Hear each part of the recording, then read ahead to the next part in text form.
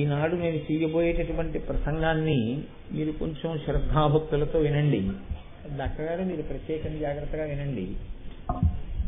నేను ఎందుకు ఈ మాట అంటున్నాను అంటే, నేను లలితా సహస్రనామ స్తోత్రం మీద ఉపన్యాసాలు మొదలుపెట్టి ఇవాళ 40వ రోజు. అంటే 40వ రోజు అయితే ప్రత్యేకంగా వినాలా అండి అని అనుకోకండి. 40 రోజులు ప్రసంగాలు చేసేటటువంటి అదృష్టం కలగడం ఆ జగన్మాత యొక్క నిర్హేతుక కృపా కటాక్షణం. ఎందుకంటే శివశక్త్యాయుక్తో యది భవతి శక్త ప్రభవితుం నచే దేవం దేవో నఖలు కుశల స్పందితుమపి అతస్త్వామారాధ్యాం హరిహర విరించాదిభిరపి ప్రణంతుం స్తోతుం వా కథమకృత పుణ్య ప్రభవతి. ఆ తల్లి యొక్క అనుగ్రహం లేకుండా ఒక్క మాట మాట్లాడడం కూడా కుదరదు. మాట్లాడగలగాలి అంటే ఆ తల్లి యొక్క అనుగ్రహం ఉండాలి. కాబట్టి నా తల్లి నన్ను ఈసారి నేను చెప్పాలి అనుకున్న దాంట్లో నేను పెట్టుకున్నటువంటి నియమాన్ని ఇంచుమించుగా నా తల్లి పూర్తి చేయించేసినట్టు నన్ను. కానీ మహాశివరాత్రి నాడు కార్యక్రమం ఉంది. నేను కర్ణాకర్ణిగా విన్నది ఏమిటంటే, మహాశివరాత్రి నాడు కోటేశ్వరరావు తన ప్రసంగాలను పూర్తి చేస్తున్నారు అని అనుకున్నారు అని విన్నాను. కానీ నేను మీకు ఒక యథార్థం చెప్తున్నాను. ప్రారంభం చేసినప్పుడు నేను పెట్టుకోలేదు ముహూర్తం. ఆ తల్లి నాకు ఎప్పుడు ఏ డేట్ ప్రచోదనం చేస్తే ఆ రోజు మొదలు పెడదాం అనుకున్నాను. ఆ తల్లి నువ్వు ఏ రోజు ఇంకా నువ్వు నాన్న చాలు, మళ్ళీ నీతో ఇంకోసారి చెప్పిస్తాను, ఇంకా నువ్వు మామూలు జీవనంలోకి ప్రవేశించు, దీక్షా విరమణం చెయ్యొచ్చు అని తల్లి ఏనాడు అంటుందో ఆనాడు ఆపేద్దాం అనుకున్నాను. అయితే అది ఆ తల్లి ఇవాళ ఆపేసయ్యి అని అందనుకోండి, నేను ఇవాళ శివశక్తి ఐక్య రూపిణి లలితాంబిక అని పూర్తి చేసేస్తాను. కానీ మహాశివరాత్రి నాడు చాలా పెద్ద కార్యక్రమం ఉంది కాబట్టి తప్పకుండా మహాశివరాత్రి వరకు కార్యక్రమం ఉంటుంది. మహాశివరాత్రి నాటితో ప్రసంగాలు అయిపోతాయని మాత్రం మీరు అనుకోకండి. ఎందుకంటే నాకే తెలియదు, మీకు ఎలా తెలుస్తుంది? నాకే తెలియదు ఈ ప్రసంగాలు ఎప్పుడు పూర్తి చేస్తానో. అలా అని భయపడకండి. ఇలా నువ్వు చాలా కాలం చెప్తావా అని కూడా అనుకోకండి. కాబట్టి ఆ తల్లి అనుగ్రహం కొద్దీ నడుస్తుంది. కానీ ఇవాళ నేను మీతో ఒక ప్రత్యేకమైనటువంటి విషయాన్ని మనవి చేయాలి అని అనుకుంటున్నాను. ప్రత్యేకమైన విషయం మనవి చేయాలి అని అనుకుంటున్నాను అంటే అది లలితా సహస్రనామ స్తోత్ర వ్యాఖ్యానమునకు సంబంధించినది ఏదో విషయాన్ని నేను మనవి చేస్తున్నాను అని కూడా మీరు అనుకోక్కర్లేదు. లలితా సహస్రం గురించే నేను మాట్లాడుతున్నాను. కానీ మాట్లాడే ముందు మీరు ఒక విషయాన్ని కొద్దిగా గమనించవలసిందిగా నేను మిమ్మల్ని కోరుతాను. మీకు ఒక 4 కుమారులు ఉన్నారు. ఆ 4 కుమారుల్లో ఆఖరి వాడికి ఒక 10-12 సంవత్సరాల వయస్సు. మీకు ఒక కారు ఉంది. మీరు ఆ కారులో వెళ్ళినప్పుడు ఆ 10-12 సంవత్సరాల వయస్సు ఉన్నటువంటి పిల్లవాడిని పక్కన కూర్చోబెట్టుకుని తీసుకెళ్తూ ఉంటారు. వాడు మీతో తిరిగి వాడికి తెలిసింది తాళం చెవి పెట్టాలి, తిప్పాలి, ఇగ్నిషన్ అందుకుంటుంది కారుది. అందుకున్న తర్వాత అప్పుడు మనం ఏదో జాగ్రత్తగా హ్యాండ్ బ్రేక్ రిలీజ్ చేసి కారు మోషన్లోకి రావడానికి సిద్ధమైన తర్వాత గేర్ వేసి క్లచ్ విడిచిపెడుతూ యాక్సిలేటర్ నొక్కితే కారు కదులుతుంది అని వాడు తెలుసుకున్నాడు. అంటే రోజు పక్కన కూర్చొని చూస్తున్నాడు కాబట్టి వాడికి అర్థమైంది. తాతగారండి కారు నడపడం పెద్ద విశేషం ఏముందండి, నేను చూస్తున్నాను, ఇదే కదా కారు నడపడం, నేను నడుపుతాను తాతగారండి అన్నాడు. ఇస్తారా మీరు కారు? మీరు ఇవ్వరు. ఇప్పుడు కారు ఉండడం తప్ప, కారులో మనవణ్ణి తీసుకెళ్ళడం తప్ప, ఇన్ని విషయాలు వాడికి తెలుసున్నా వాడికి కారు ఇవ్వకపోవడం తప్ప ఏది తప్పిందిలో? నేను మిమ్మల్ని చాలా చిన్న ప్రశ్న వేశాను. నేనేం పెద్ద లలితాశాస్త్ర భాష్యంలో ప్రశ్న ఏం వేయలేదు. నేను లేకపోతే మీరు విన్న దాంట్లోంచి ప్రశ్న వేయలేదు. నేను చాలా సామాన్యమైన ప్రశ్న వేశాను. దానికి కూడా మీరు జవాబు చెప్పడానికి భయపడితే పసిపిల్లలు బూచివాడిని చూసి భయపడిపోయినట్టుంటుంది. నేను అడిగింది ఈ 3టిలో ఏది తప్పు అని అడిగాను. మీకు కారు ఉండడం తప్ప, మీ కారులో మీరు మనవణ్ణి పక్కన కూర్చోపెట్టుకుని అస్తమానం తీసుకెళ్లడం తప్ప, ఆ మనవడికి చూసి గ్రహించిన ఇలా చెయ్యవచ్చు అని తెలుసుకున్నంత మాత్రం చేత వాడికి మీరు కారు ఇవ్వకపోవడం తప్ప, ఈ 3టిలో ఏది తప్పు? అయ్యా ఏది తప్పు కాదు, 3 తప్పు కాదు. ఏం డాక్టర్ గారు? కారు ఇవ్వకూడదు. కారు ఇవ్వకూడదు. మరి కారు ఉంది అని వాడికి తెలియడానికి మీరేగా కారణం. పోని కొన్నాళ్ళు తిప్పారు, వాడు సూక్ష్మగ్రాహి పట్టుకున్నాడు.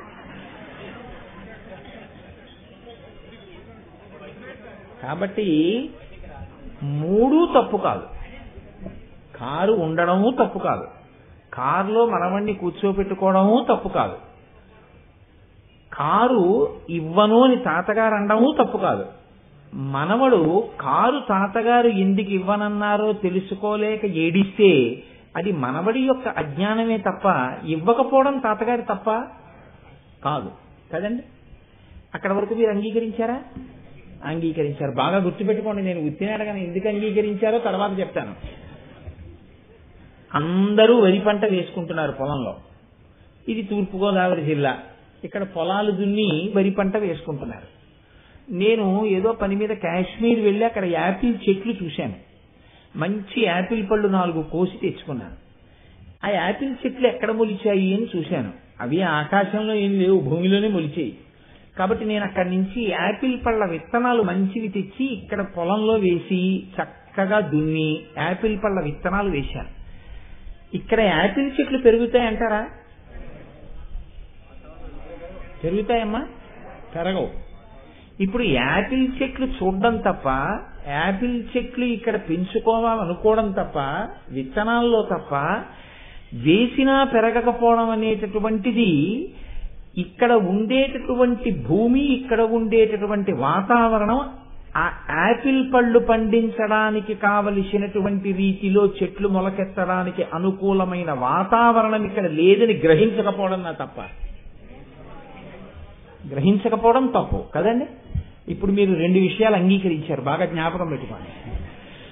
ఇక్కడ యాపిల్ పళ్ళు పండవు, ఇక్కడ యాపిల్ చెట్టు వెయ్యకూడదు అని గ్రహించకపోతే అది నాదే తప్పు. అది భూమి తప్పు కాదు, విత్తనాల తప్పు కాదు, నీటి తప్పు కాదు. ఆ గ్రహింపు లేని నా తప్పు.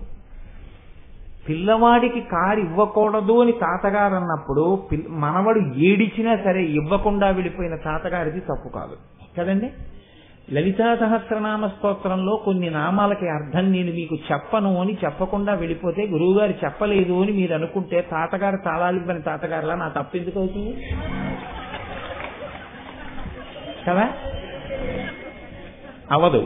ఎందుకని అంటే తెలియక తాళాలు ఇవ్వలేదు తాతగారు, కారు ఇవ్వలేదు నాకు, లేకపోతే నేను కారు నడిపుండేవాడిని, తాతగారికి వచ్చేమిటి నాకు వచ్చు అనుకోవడం మీ అమాయకత్వం మనవడిది. ఇవ్వకపోవడంలోనే తాతగారి ప్రాజ్ఞత ఉంది. వాడు 10 కాలాలు బతికి బట్ట కట్టాలంటే తాతగారు కారు తాళాలు ఇవ్వకపోతే మీరు సంతోషించారా లేదా? నేను కొన్ని నామాలకు అర్థం మీకు చెప్పకపోతే అదే కోణంలో మీరు తీసుకోగలరా? మన వల్ల నేను ఈ నామాలకు అర్థం చెప్పను అన్నాను అనుకోండి, ఓ అయితే ఇందులో ఏదో ఉంది, కారు తాళాలు ఇవ్వని తాతగారు అనమాట, మన భద్రత ఏదో ఉంది అందుకే చెప్పట్లేదు అని అంగీకరించగలరా? ఇక్కడ మొరాయిస్తారా? అంగీకరిస్తారు. అది మీ యొక్క ఔదార్యం. 2, తాతగారు మనవడు ఏడుస్తుంటే పైకి వెళ్ళిపోయారు. ఏడుస్తూ మనవడు లోపలికి వెళ్ళాడు. అడిగింది కోడలు, అంటే మనవడి తల్లి, ఏరా ఎందుకు ఏడుస్తున్నావు అంది. అమ్మ తాతగారిని కారు ఇయ్యండి తాతగారండి, నేను తీసుకెళ్తాను అంటే తాతగారు కారు ఇవ్వలేదమ్మా అన్నాడు. అంటే ఇప్పుడు ఆ కోడలు మామగారితో దెబ్బలాడడం కానీ, మామగారు కారు తాళాలు ఇవ్వకపోవడం అనేటటువంటిది తప్పని కానీ కోడలు అనుకునే అవకాశం ఉంటుందా? తెలివైన కోడలైతే, ప్రాజ్ఞత కలిగిన కోడలైతే కోడలు కూడా అనుకోరు కదండి. ఎవరు ఫలితం పొందాలో వారు కానీ, ఎవరు ఇవ్వాలో ఆయన కానీ, వాళ్ళిద్దరిలో ఒకరు బాధితులు, ఒకరు తెలియని చేత ఇవ్వని వారు అయినా మధ్యలో ఆ విషయం తెలుసుకున్న వాళ్ళు ఎవరైనా ప్రాజ్ఞులై ఉంటే అది మంచి అని అంగీకరించగలిగి ఉండాలి కదా. కోడలు మంచిదైతే మామగారు తాళాలు ఇవ్వండి మా అబ్బాయికి అంటుందా? అనదు. కాబట్టి ఇది మంచికే అని ఈ ఇద్దరూ కాకుండా మధ్యలో ఇంకోళ్ళు ఎవరైనా వేలు పెట్టాలనుకుంటే వాళ్ళు కూడా అలాగే అనుకోవాలి కదండి. అవునా కాదా? ఎందుకింత ప్రస్తావన చేశారు, ఎందుకింత ఉపోద్ఘాతం మీరు చెప్పారు అని మీరు నన్ను ఒక మాట అడగచ్చు. ఇప్పుడు నేను మీకు ఒక విషయాన్ని చాలా స్పష్టంగా, ఏమీ అరమరిక లేకుండా, ఏమీ దాపరికం లేకుండా, కుండబద్దల కొట్టినంత స్పష్టంగా మీతో మనవి చేస్తా. లలితా సహస్రనామ స్తోత్రంలో మూలకూటత్రయ కళేబర అని ఒక నామం ఉంది. నిన్న మూలమంత్రాత్మిక వరకు నేను మనవి చేశాను. మూలకూటత్రయ కళేబర అన్న నామానికి అర్థం ఏమిటంటే 15 అక్షరాలు ఉన్నటువంటి పంచదశి మహామంత్రంలో 3 కూటముల కింద అమ్మవారి యొక్క ముఖమండలం అంతా శ్రీమద్వాగ్భవ కూటైక స్వరూప ముఖ పంకజాని ఇదే ఆ మంత్రంలో ఒక భాగం అయితే, కంఠాధక్కటి పర్యంత మధ్యకూట స్వరూపిణి అమ్మవారి యొక్క సూక్ష్మ శరీరంలో ఒక భాగమైతే, అమ్మవారి యొక్క నడువు నుంచి పాదాల వరకు ఉన్నది శక్తికూటైక తాపన్న కట్యదో భాగధారిణి అన్న నామమైతే, సూక్ష్మ శరీరం అమ్మవారిది ఆ పంచదశి మహామంత్రంలో ఆ 15 అక్షరాల్లోనే ఉన్నది అని మీకు మనవి చేశాను. మూలమంత్రాత్మిక అన్నప్పుడు మూలమంత్రం ఎక్కడుంటుంది, అది కేనోపనిషత్తులోంచి ఎలా వస్తోంది అన్నది కూడా మనవి చేశాను. మూలకూటత్రయ కళేబర అంటే ఈ పైన చెప్పబడినటువంటి 3 కూటములు ఏమున్నాయో ముఖానికి సంబంధించినవి, మెడ నుంచి నడుము వరకు సంబంధించినది, నడుము నుంచి పాదాల వరకు ఉన్నది, ఆ 3 కలిపితే అమ్మవారి శరీరం అవుతోంది. మూలకూటత్రయ కళేబర ఆ 3 కూటములను పక్క పక్కన పెడితే పంచదశి మహామంత్రం పూర్తవుతోంది. అమ్మవారి శరీరం తల దగ్గర నుంచి పాదాల వరకు సూక్ష్మ శరీరం పూర్తవుతోంది. అది దాని అర్థం. ఇంకా తర్వాత నామాలు ప్రారంభం అవుతున్నాయి. మూలకూటత్రయ కళేబర అన్న తర్వాత కులామృతైక రసిక, కుల సంకేతపాలిని, కులాంగన, కులాంతస్థ, కౌళిని, కులయోగిని, అకుల, సమయాంతస్థ, సమయాచార తత్పర, ఇలాంటి నామాలు కొన్ని ఉన్నాయి. ఇక్కడ మీకు నేను ఒక మాట విజ్ఞాపన చేస్తాను, కొంచెం గుర్తుపెట్టుకోండి. ఆ నామాలలో కులాంతస్థ అని ఒక నామం ఉంది.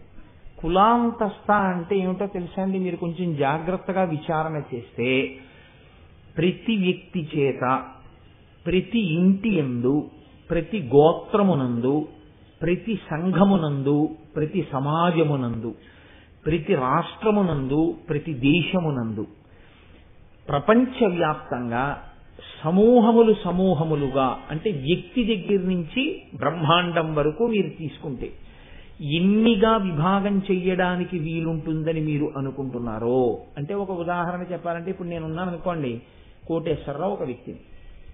ఇప్పుడు దీని తరువాతి స్థాయి ఆధ్యాత్మికంగా ఎలా ఉంటుంది అంటే, నా గోత్రం ఉన్నవారు ఎవరైనా ఉన్నారనుకోండి, సగోత్రీకులు అంటారు. అంటే వారితో నాకు తెలియకుండానే ఏదో బాంధవ్యం ఉంది, మేము ఒక కుటుంబ సభ్యులం. ఎలా అంటే మేమందరం అత్రి మహర్షి యొక్క సంతానం కాబట్టి సగోత్రీకులు అనేటప్పటికీ మేము ఒక బాంధవ్యం ఉన్న వాళ్ళము అని గుర్తు. ఒక గోత్రమునందున్నవారు, ఒక కుటుంబమునందున్నవారు, ఒక తల్లికి ఒక తండ్రికి బిడ్డలమై ఒక కుటుంబంలో ఉన్నాం. నా బిడ్డలైన వారు, నా అన్నదమ్ములు, నా అక్క చెల్లెళ్ళు, అలాగే నన్ను నమ్మినటువంటి వాళ్ళు, అలాగే ఒక సత్సంగ సభ్యులు, ఒక ప్రవచనానికి వచ్చినటువంటి వాళ్ళు, అలాగే ఒక దేవాలయానికి చెందినటువంటి భక్త మండలి, ఒక ఊళ్ళో ఉన్నవాళ్ళు, ఒక పల్లెలో ఉన్నవాళ్ళు, ఒక జిల్లాలో ఉన్నవాళ్ళు, ఒక రాష్ట్రంలో ఉన్నవాళ్ళు, ఒక దేశంలో ఉన్నవాళ్ళు, ఒక వ్యక్తి నుంచి బ్రహ్మాండం వరకు ఇలా అందరూ కూడా కులాంతస్థ అంటే వీరందరి చేత అమ్మవారు పూజింపబడుతున్నది. పూజింపబడనటువంటి స్థితి లేదు, ఆ తల్లి అంతటా పూజింపబడుతోంది. వ్యక్తి నుంచి బ్రహ్మాండం వరకు ఆవిడికి నమస్కారం చెయ్యని వాడు లోకంలో లేడు. ఎందుచేత అంటే ఒక్కటే గుర్తు, శక్తి. ఆవిడ నేను శక్తిహీనుడనైపోవాలి అని ఎవ్వడు అనడం. ఎవడైనా అనే మాట ఏమిటంటే నేను శక్తివంతుడిగా ఉండాలని కోరుకుంటాడు. ఎందులోనైనా సరే నాకు ఆ శక్తి ఉండాలండి అంటాడు. ఆ శక్తి ఉండాలండి అని వాడు ఎప్పుడైతే అన్నాడో అప్పుడే వాడు ఆ ఆదిశక్తి పట్ల గౌరవ ప్రకటన చేశాడు అని గుర్తు. మా నాన్నగారు 10 కాలాలు ఉండాలండి అని కొడుకు అన్నాడు అంటే కొడుకు తండ్రి పట్ల గౌరవంగా ఉన్నాడని గుర్తు. పూజ భావనేది, అది పూజే. నేను శక్తితో ఉండాలండి అన్నాడు అంటే వాడు శక్తిని గుర్తించాడు, శక్తిని ఆరాధన చేశాడని గుర్తే. కాబట్టి కులాంతస్థ, తెలిసో తెలియకో ప్రతివాడి చేత ఆవిడ పూజింపబడుతూనే ఉన్నది. అయితే ఆచారము తెలియనటువంటి వాళ్ళు, శాస్త్రము తెలియని వాళ్ళు అమ్మవారికి ఖేదము కలిగే రీతిలో పూజ చేసి ఉండి ఉండవచ్చు. ఇది కొంచెం మీరు పట్టుకోండి. ఎందుచేత నేను ఈ మాట అంటున్నానంటే, రామకృష్ణ పరమహంస యొక్క భార్య శారదాదేవి ఆవిడ ఉపదేశం చేస్తున్నారు ఒకసారి శిష్యులకి. చేస్తుంటే కాళ్ళు 2 నేల మీద పెట్టుకుని ఒక కుర్చీలో కూర్చున్నారు. వచ్చి పక్కన కూర్చున్న శిష్యులకి కుడి చెవిలో ఉపదేశం చేస్తున్నారు. ఉపదేశం అయిపోయిన తర్వాత శిష్యులు వచ్చి ఆవిడ కాళ్ళకి నమస్కారం చేసి వెళ్ళిపోతున్నారు.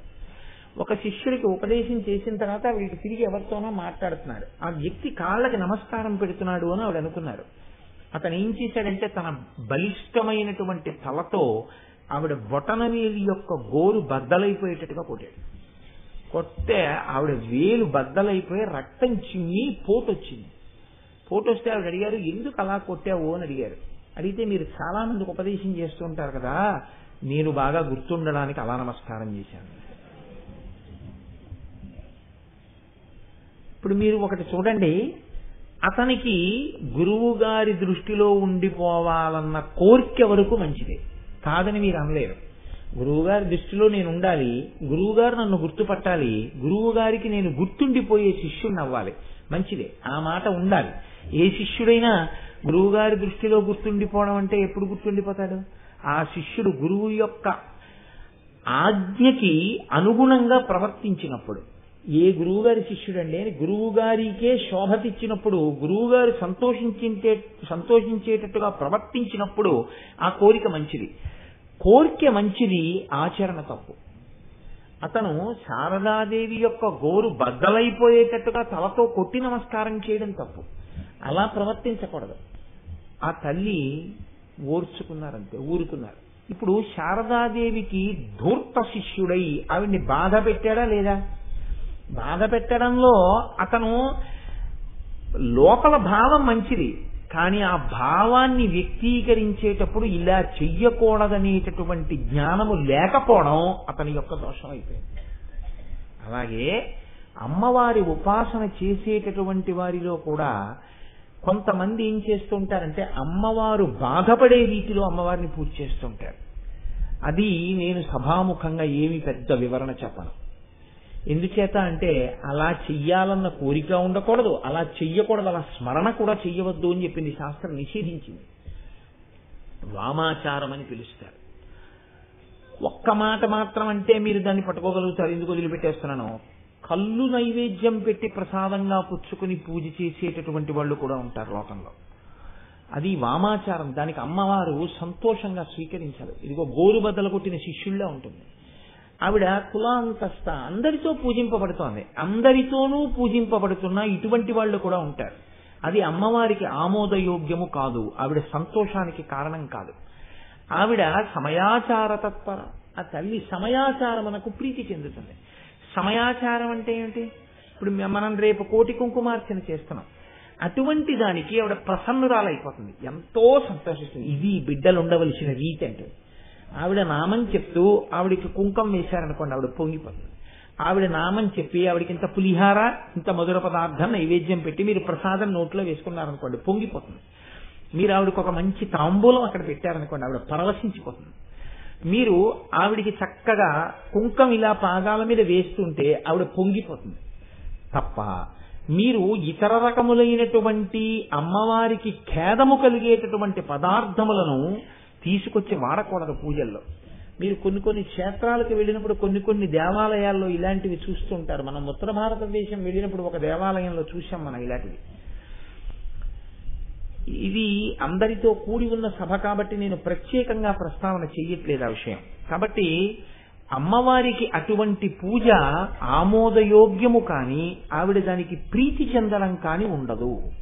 కాబట్టి మనం ఎటువంటి పూజ చెయ్యవలసి ఉంటుంది. ఆవిడ మన అమ్మ, ఆ భావన చేత చక్కగా ఆవిడ్ని పూజ చేస్తే ఆవిడ ఎంతో సంతోషపడిపోతుంది. అయితే పెద్ద ఇబ్బంది అంతా ఎక్కడొస్తుందంటే అమ్మవారిని చేరుకునేటటువంటి మార్గములు కొన్ని ఉన్నాయి. ఇందులో ఒక ప్రత్యేకమైనటువంటి యోగం ఒకటి ఉన్నది. ఆ యోగం పేరు నువ్వు ఉచ్చారణ కూడా చెయ్యడంలో చాలా జాగ్రత్తగా ఉండి ఉచ్చరించు అని చెప్పారు చంద్రశేఖర పరమాచార్య. నా సొంత మాట ఇందులో నేనేమీ చెప్పట్లేదు, పరమాచార్యుల వారు చెప్పిన మాటలు మీకు చెప్తున్నాను. ఎన్నడూ చక్రముల జోలికి వెళ్ళవద్దు, ఎన్నడూ కుండలిని యోగమన్న మాట ప్రస్తావన చెయ్యవద్దు. ఎందుకు చెయ్యవద్దు అని చెప్తారో తెలుసాండి? బాగా జ్ఞాపకం పెట్టుకోండి, ఈ మాటలు నావి కావు, సాక్షాత్ చంద్రశేఖర పరమాచార్యుల వారి మాటలు నేను చెప్తున్నాను. చాలా మంది దెబ్బ తినడానికి కారణం ఏమిటి? రెండే. ఒకటి, తెలిసో తెలియకో కుండలిని యోగం యొక్క జోలికి వెళ్ళడం. కుండలిని యోగం మీరు హ్యాండిల్ చేయలేరు. పరమ సత్యం చెప్తున్నాను నేను. కొన్ని కోట్ల కోట్ల కోట్ల మందిలో ఏ ఒక్కరో కుండలిని యోగం చేయగలరు. కుండలిని యోగం ఒక జీవిత పర్యంతం చేసినా సరే అసలు మీరు దానిలో పతాక స్థాయికి వెళ్ళగలరన్న నమ్మకం చాలా కష్టం. ఎందుకో తెలుసా అండి? దాని యందు అలసట లేని రీతిలో ఎంత సాధన చేయవలసి ఉంటుంది. ఇంత సాధన చేస్తున్నా దాని వలన కొన్ని శక్తులు కాని సిద్ధులు కాని కలుగుతుంటే వాటికి మీరు తాదాత్మ్యత పొంది వాటికి లోనైపోకుండా మిమ్మల్ని మీరు నిలదొక్కుకోవాలి. నిలదొక్కున్న ఆ కుండలిని పైకి పంపి కిందకి తీసుకురావడంలో ఏదైనా తేడా కాని వచ్చిందో ఇబ్బందులు వస్తాయి. కాబట్టి ఆ చక్రముల గురించి కానీ ఆ యోగము గురించి కానీ ఎవరు మాట్లాడవలసి ఉంటుంది, ఎవరు వినవలసి ఉంటుంది అంటే దాని యందు పరమసిద్ధుడైనటువంటి గురువు కోట్ల కోట్ల కోట్ల మందిలో ఏ ఒక్కరికో ఉపదేశం చేస్తాడు. ఆ ఉపదేశం కూడా ఎలా ఉంటుందంటే అది మంత్రంలా ఉండదు. గురువు గారు శిష్యుడు కలిసి కొన్ని సంవత్సరముల పాటు అభ్యాసం చేయాలి. అది నోటితో శిష్యుడు చెప్పడానికి ఉండదు, నేను ఇప్పుడు ఈ అవస్థలో ఉన్నానని. శిష్యుడు కూర్చొని ఉండగా శిష్యుణ్ణి చూస్తూ గురువు గుర్తుపట్టాలి ఇప్పుడు ఈ స్థితిలో ఉన్నాడని. గుర్తుపట్టి అవసరమైతే ఆదుకుని అతన్ని రక్షించి అతను ఏ స్థితిలో ఉన్నాడో ఆ స్థితి నుంచి భద్రమైన స్థితిలోకి తీసుకురావాలి. అంత సమర్థుడైనటువంటి గురువు పక్కన ఉండాలి. పక్కన ఉంటే తప్ప కుండలిని యోగం మీరు చెయ్యలేరు. కానీ ఇవాళ ఆశ్చర్యకరమైన విషయం ఏమిటంటే దీని గురించి ఎక్కువగా మాటలు వినపడుతున్నాయి. అది అంత తేలికైన విషయం కాదు అని మీరు విశాల హృదయముతో గమనించెదరుగాక. ఒక జీవితము సరిపోతుందని నేను అనుకోవట్లేదు. ఈ మాటలు నావి అని కూడా మీరు అనుకోవద్దు. ఇవి సాక్షాత్ చంద్రశేఖర పరమాచార్య స్వామి వారి యొక్క మాటలు. మీరు అమ్మవారిని ఆరాధించడంలో సాధారణంగా రెండిటికి దూరంగా ఉంటే చాలా చాలా మంచిది. ఏవో తెలుసా అండి? ఒకటి కుండలిని యోగం, రెండు శ్రీచక్రమును ఆరాధించుట. ఈ రెండూ మీరు చేయకుండా ఉండడమే ఎప్పుడూ మంచిది. మీరనగా నాతో కలిపే. ఎందుకు ఈ మాట చెప్తున్నాను? శ్రీచక్రాన్ని మీరు హ్యాండిల్ చెయ్యలేరు. మీకు ఎప్పుడు మూర్తి పూజ మాత్రమే మీరు చెయ్యాలి. ఇంట్లో అంగుష్టమాత్రమైనటువంటి విగ్రహాన్ని పెట్టి మీరు చక్కగా పూజ చేసుకుంటే భగవంతుడు మీ పట్ల ప్రసన్నుడవుతాడు. ఈశ్వరుడు ఎంతో సంతోషిస్తాడు. ఒక ఫోటో అనుకోండి, దానికి ఇబ్బంది ఏమి ఉండదు. లోహముతో కూడిన మూర్తి, బొటనవేలంత మూర్తి మాత్రమే ఇంట్లో పూజలు అందుకోవాలి. అంతకన్నా పెద్ద మూర్తి ఎప్పుడూ ఉండకూడదు. అంతకన్నా పెద్ద మూర్తి ఉంటే మీరు నైవేద్యం పెట్టలేరు. ఇంకొకటి ప్రస్తావన వచ్చింది కాబట్టి చెప్తున్నాను. సాలగ్రామాన్ని తీసుకొచ్చి మీ పూజా మంటపంలో కానీ మీరు పెట్టేస్తే అది ఏ సాలగ్రామమో మీకు తెలియకపోతే ఆ సాలగ్రామం ఒప్పుకోదు. ఒక ఆయన చాలా ఇబ్బందుల్లో పడి చంద్రశేఖరేంద్ర భారతీ స్వామి వారి దగ్గరికి వెళ్ళాడు. వెళితే రోజు పూజ చేస్తున్నావా అని అడిగారు. ఆయన చేస్తున్నాను అన్నాడు. నీ ఇంట్లో సాలగ్రామం ఉందా? ఉందండి. దానికి వేరు పూజ చేసి వేరు నైవేద్యం పెడుతున్నావా అని అడిగారు. చెయ్యట్లేదు, పెట్టట్లేదు అన్నాడు. ఎన్నాళ్ల నుంచి ఆకలితో ఉన్నాడో తెలుసా నీ ఇంట్లో ఈశ్వరుడు? అందుకే ఈ ఇబ్బందులు. ఎందుకు పెట్టావు ఇంట్లో? అది నరసింహశాల గ్రామం. నరసింహశాల గ్రామం ఇంట్లో ఉంటే దానికి మళ్ళీ వేరే పూజ ఉండాలి, వేరే నైవేద్యం ఉండాలి. ఎందుకు తెచ్చిపెట్టావు ఇంట్లో? ఎందుకు మానేశావు పూజ? వేరు పూజ వెళ్ళి చెయ్యనన్నా చెయ్యి, లేకపోతే వేరు పద్ధతి అన్నా చూడు తప్ప ఇంట్లో అంత సాలగ్రామాన్ని ఎందుకు పెట్టు కూర్చున్నావు, నరసింహశాలగ్రామాన్ని? అలాగే ఇవాళ ప్రపంచంలో ఆశ్చర్యకరమైన లక్షణం ఏమిటంటే నేను ఈ మాట చెప్పినందుకు ఎంత మాత్రం బెంగ పెట్టుకోవట్లేదు. ఎందుకంటే నేను నా సొంత మాట ఇందులో ఒక్కటి చెప్పట్లేదు. నాకు పరమాచార్య స్వామి వారంటే పరమ భక్తి. పరమాచార్యుల వారు స్పష్టమైన హెచ్చరిక, ఏం పరోక్షం కాదు, స్పష్టంగా చెప్పారు. శ్రీచక్రము జోలికి వెళ్ళవద్దు, మీరు దాన్ని పూజ చెయ్యలేరు. శ్రీచక్రాన్ని మీరు ఆరాధన చెయ్యాలంటే ఆ పూజా విధానం అంతా వేరు. మీకు బాగా నిష్ట ఉండాలి. అపారమైనటువంటి నిష్ణాతులై మీరు శ్రీచక్రాన్ని ఆరాధన చేయవలసి ఉంటుంది. మీరు అలా కానీ చెయ్యకుండా తెచ్చి ఫ్యాషన్ కోసం శ్రీచక్రాన్ని ఇంట్లో పెట్టారనుకోండి, ఖచ్చితంగా అది విపరీత ఫలితాలు ఇస్తుంది. నేను చెప్పట్లేదు ఈ మాట, మళ్ళీ చెప్తున్నా, పరమాచార్య చెప్తున్నారు.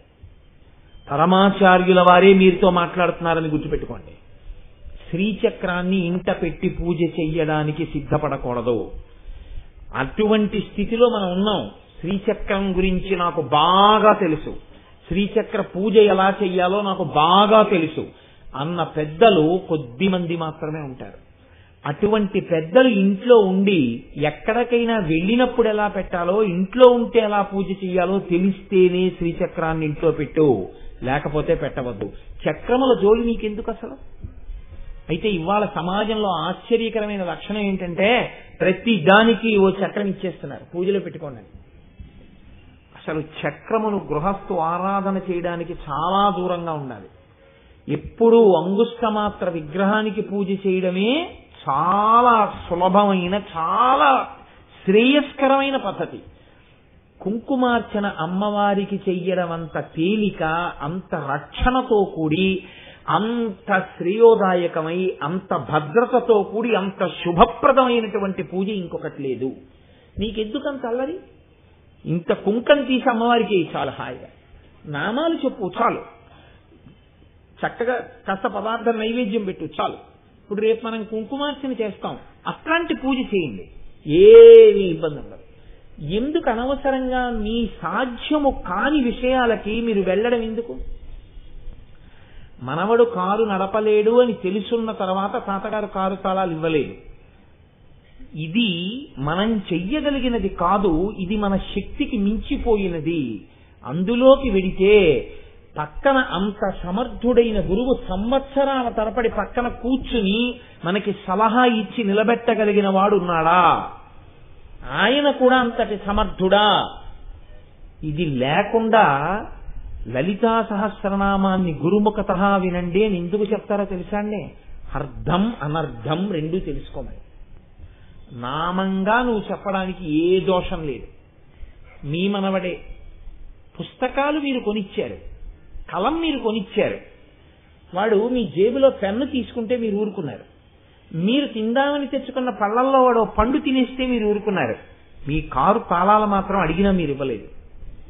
ఇవ్వకపోవడం తాతగారి మంచి పనే అని మీరు అంగీకరించారా లేదా? ఇందాక అంగీకరించినప్పుడు లలితా సహస్రంలో కొన్ని నామముల యొక్క అర్థము మీరు తెలుసుకోకుండా ఉండడమే మంచిది అని నేను చెప్తే మీరు ఎందుకు దాన్ని ఇంకోలా అర్థం చేసుకోవాలి? అది చెప్పలేక కాదు, చెప్పకూడదు. కనుక బాగా జ్ఞాపకం పెట్టుకోండి, చెప్పకూడదు. బహిరంగ వేదికల మీద కానీ, అందరూ ఎవరు పడితే వాళ్ళు వినేయడానికి అవకాశం ఉండేటట్టుగా కానీ కొన్ని విషయములను అసలు ప్రస్తావన చేయరాదు. అవి నామంగా చదువుకోచాలి. నన్ను కోటేశ్వరరావు అని పిలిచారండి, నేను ఓయ్ అన్నానా లేదా? ఓయ్ అంటాను. నేను ఓయ్ అని కోటేశ్వరరావు అన్న మాటకు అర్థమేమి? కోటేశ్వరరావు అనేటటువంటి మాటలో ఏ అర్థము దాగి ఉంది? దాని రహస్యార్థమేమి? నా పేరుతో ఎక్కడున్నాడు ఈశ్వరుడు? ఎవడు అర్చించారు? ఎక్కడ ప్రతిష్ఠ జరిగింది? నీకు ఇవన్నీ తెలుసా? తెలియకుండా నేను ఎందుకు పలుకుతాను అని నేను అంటానా? నేను అనను. మీరు కోటేశ్వరరావు అంటే ఓయ్ అంటాను. అసలు ఆ కోటేశ్వరరావు అంటే ఏమిటో నాకు కూడా తెలియకపోవచ్చు. అలాగే మీరు నామంగా పిలవండి, అమ్మవారు సంతోషిస్తుంది. నామార్థముగా కొన్ని తెలుసుకునే ప్రయత్నం వదిలిపెట్టేయండి, అమ్మవారు సంతోషిస్తుంది. రెండో రోజు ఎరా తాతగారండి పరీక్షకి టైం అయిపోతాం తాతగారండి నన్ను దింపేయిరా అన్నాడు మనవాడు. నేను దింపనన్నారు తాతగారు. ఏం తాతగారండి అన్నాడు. నువ్వు దింపిన దగ్గర నుంచి కారు తాళాలు అడుగుతున్నావు, ఎప్పుడో నేను ఇంట్లో లేనప్పుడు నువ్వు తీసుకెళ్ళి ఆ తాళాలు గబుక్కుని కారులో పెట్టి కారు తీస్తే అన్నారు తాతగారు. లేదు తాతగారండి, నేను ఆలోచించాను తాతగారండి, అన్నీ ఇచ్చే మీరు ఇది ఇవ్వనని ఎందుకన్నారు? అందుకని నాకు అర్థమైంది తాతగారండి, నేను ఇంకా ఆ కారు ముట్టుకోను, మీరే నన్ను దింపండి తాతగారండి అన్నాడు. ఇప్పుడు మీరు సంతోషిస్తారా సంతోషించరా? కారు ఉందని తెలియడం, కారు ఎక్కడం తప్పు కాదు, కారు మీరు నడపాలనుకోవడం తప్పు అంతే. కాబట్టి కొన్ని నామాలు అసలు చెప్పవద్దు అని చెప్పారు పెద్దలు. ఎవరు చెప్పారు? మళ్ళీ చెప్తున్నా, చంద్రశేఖర పరమాచార్య స్వామి వారే చెప్పారు. మీకు సాక్ష్యం కావాలంటే తీసుకొచ్చి చూపిస్తాను, నన్ను నమ్మనంటే. అక్కర్లేదా నీ మాటకి మాకు నమ్మకం ఉందయా అంటారా, వదిలిపెట్టేస్తారు. కాబట్టి కొన్ని నామముల యొక్క అర్థము మీరు తెలుసుకోకుండా ఉంటేనే మంచిది. ఎందుకు నేను ఈ మాట అంటున్నానో తెలుసా అండి? దీనికి కూడా నేనేం ప్రత్యేకంగా చెప్పక్కర్లేదు, పరమాచార్యుల వారే దీనికి పరిష్కారం, దీనికి ఒక విషయం చెప్పారు. ఇందులో ఏ ఉన్నాయో అవి ఎవ్వరికీ కనపడేవి కావు, ఎవ్వరికీ కనపడవు. ఎవరికి కనపడతాయి? ఒక్క యోగికే కనపడతాయి. ఎవరు ఆ యోగమునందు సాధన చేశాడో, ఏమి తొట్టుపాటు పడకుండా నిలబడగలిగాడో ఆయన ఒక్కడికే తెలుస్తుంది. ఇప్పుడు అందులో నిలబడము, అందులో తట్టుకోవడము చాలా కష్టమని తెలిసి దాన్ని తెలుసుకోవాలని నువ్వు ఎందుకు వెంపర్లాడతావు? దాన్ని నువ్వేమి సాధన చేయలేవు, అమలు చేయలేవు. పైగా ఒక ఇబ్బంది ఉంటుంది. ఒక సభలో మీరు చెప్పారనుకోండి, చెప్పిన తర్వాత అందులో ఎవరో ఒక వెర్రైన బయలుదేరి ఇది నేను చేసేయగలను అనుకుని ఏదైనా ప్రయత్నం చేశాడు అనుకోండి, చేస్తే ఇబ్బంది వచ్చిందనుకోండి, ఎవరు రక్షిస్తారు ఆయన్ని? నువ్వు రక్షించగలవా? నువ్వు వెళ్ళి కూర్చుంటావు ఆయన పక్కన? కూర్చుంటే సరిపోతుందా? సంవత్సరాల తరబడి కూర్చోవాలి ఆయన పక్కన. ఇది సాధ్యం కానప్పుడు అర్థం అనర్థం ఇది చెప్పడం వల్ల ఇబ్బంది కలిగే అవకాశం ఉంది తప్ప, ఇది చెప్పడం వల్ల నోటితో చెప్పేస్తే చెయ్యడం ఒక్కనాటికి సాధ్యము కాదు. కాబట్టి కుండలిని యోగము గురించి బహిరంగ వేదికలలో మాట్లాడవద్దు. పరమాచార్య అయితే అసలు ఏం చెప్పారో తెలుసా అండి? షట్చక్రముల పేర్లు ఉచ్చరించవద్దని చెప్పారు. నువ్వు ఆ చక్రాల పేర్లు మాట్లాడకెప్పుడు. పుస్తకాలు ప్రింట్ వేయించి నీకు ఉన్న శక్తిని, నీకు ఉన్న జ్ఞానాన్ని నీకు తెలుసు కాబట్టి ఆ చక్రాల గురించి నువ్వు తెలుసుకున్నవి పుస్తకాలు రాసి పంచిపెట్టవద్దని చెప్పారు. ఇవన్నీ మీకు కావాలంటే నేను సాక్ష్యాలతో పుస్తకాలు పరమాచార్య ప్రసంగాలు తీసుకొచ్చి చూపిస్తాను. పరమాచార్య మాట నాకు శిరోధార్యం, ఆయనంటే నాకు అంత గౌరవం. కాబట్టే నేను ఆయా నామములు ఏవి ఉన్నాయో ఆ నామములను వదిలిపెట్టేస్తాను. నేను ఆ నామములను స్పృశించను. ఇప్పుడు చెప్పండి, నేను ఆ నామములను విడిచిపెట్టేస్తే నేను దోషము చేసిన వాణ్ణా, నేను మర్యాద పాటించిన వాణ్ణా? వదిలిపెట్టడమే మర్యాద పాటించడం. ఒకవేళ మీరందరూ కలిసి నువ్వు మర్యాద తప్పిన వాడివే అన్నా నేను చెప్పను.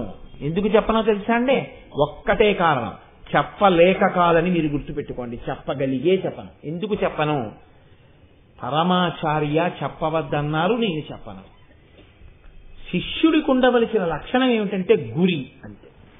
నా గురువు చెయ్యమన్నారు, చేసేయి. నా గురువు చెయ్యొద్దన్నారు, చేయకు. నేను తెల్లవారి లేస్తే ఆయన పాదాలకు నమస్కారం చేస్తాను. తెల్లవారి లేస్తే ఆయన పేరు చెప్తే నాకు ప్రాణం. అటువంటి మహాపురుషుడు వద్దన్న పని నేను ఎలా చేస్తాను? అందుకే నేను చెప్పనన్నాను. కానీ నామములుగా మిమ్మల్ని చదవద్దని నేను చెప్పడం మాత్రం లేదు.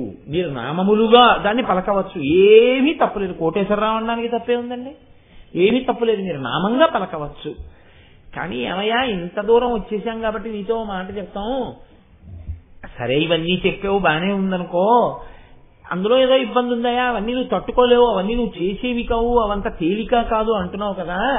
తేలిక కాదన్న విషయాన్ని గమనించగలిగినటువంటి సమర్థత మాత్రం మాకుంది. ఎందుకని అంటే ఇదంత తేలిక కాదు అని మేము గ్రహించగలం. అందుకని నువ్వు ఆ నామాలన్నింటినీ కలిపి ఒక్క 4-5 వాక్యాలలో దాని గురించి 1-2 మాటలుగా చెప్పి వదిలిపెట్టేసేయి చాలు. అది ఎందుకు కష్టమో అని మాకు అర్థమవుతుంది. మీరు ఆ కోణంలో తీసుకుంటానంటే నేను కొద్ది మాటలతో మాత్రమే దాన్ని విజ్ఞాపన చేసి కొన్ని నామాలు దాటుతాను. అందుకే ఇవాళ నుంచి నేను చేసే ప్రసంగాలు కొన్ని నామాలు తీసుకుని చెప్తుంటాను. కారణం ఏమిటి అంటే అవి మీకు ఎక్కువ ఉపయుక్తము. మీతో నేను మాట అన్నాను, కులాంతస్థ, ఆవిడ అందరితో పూజింపబడుతుంది.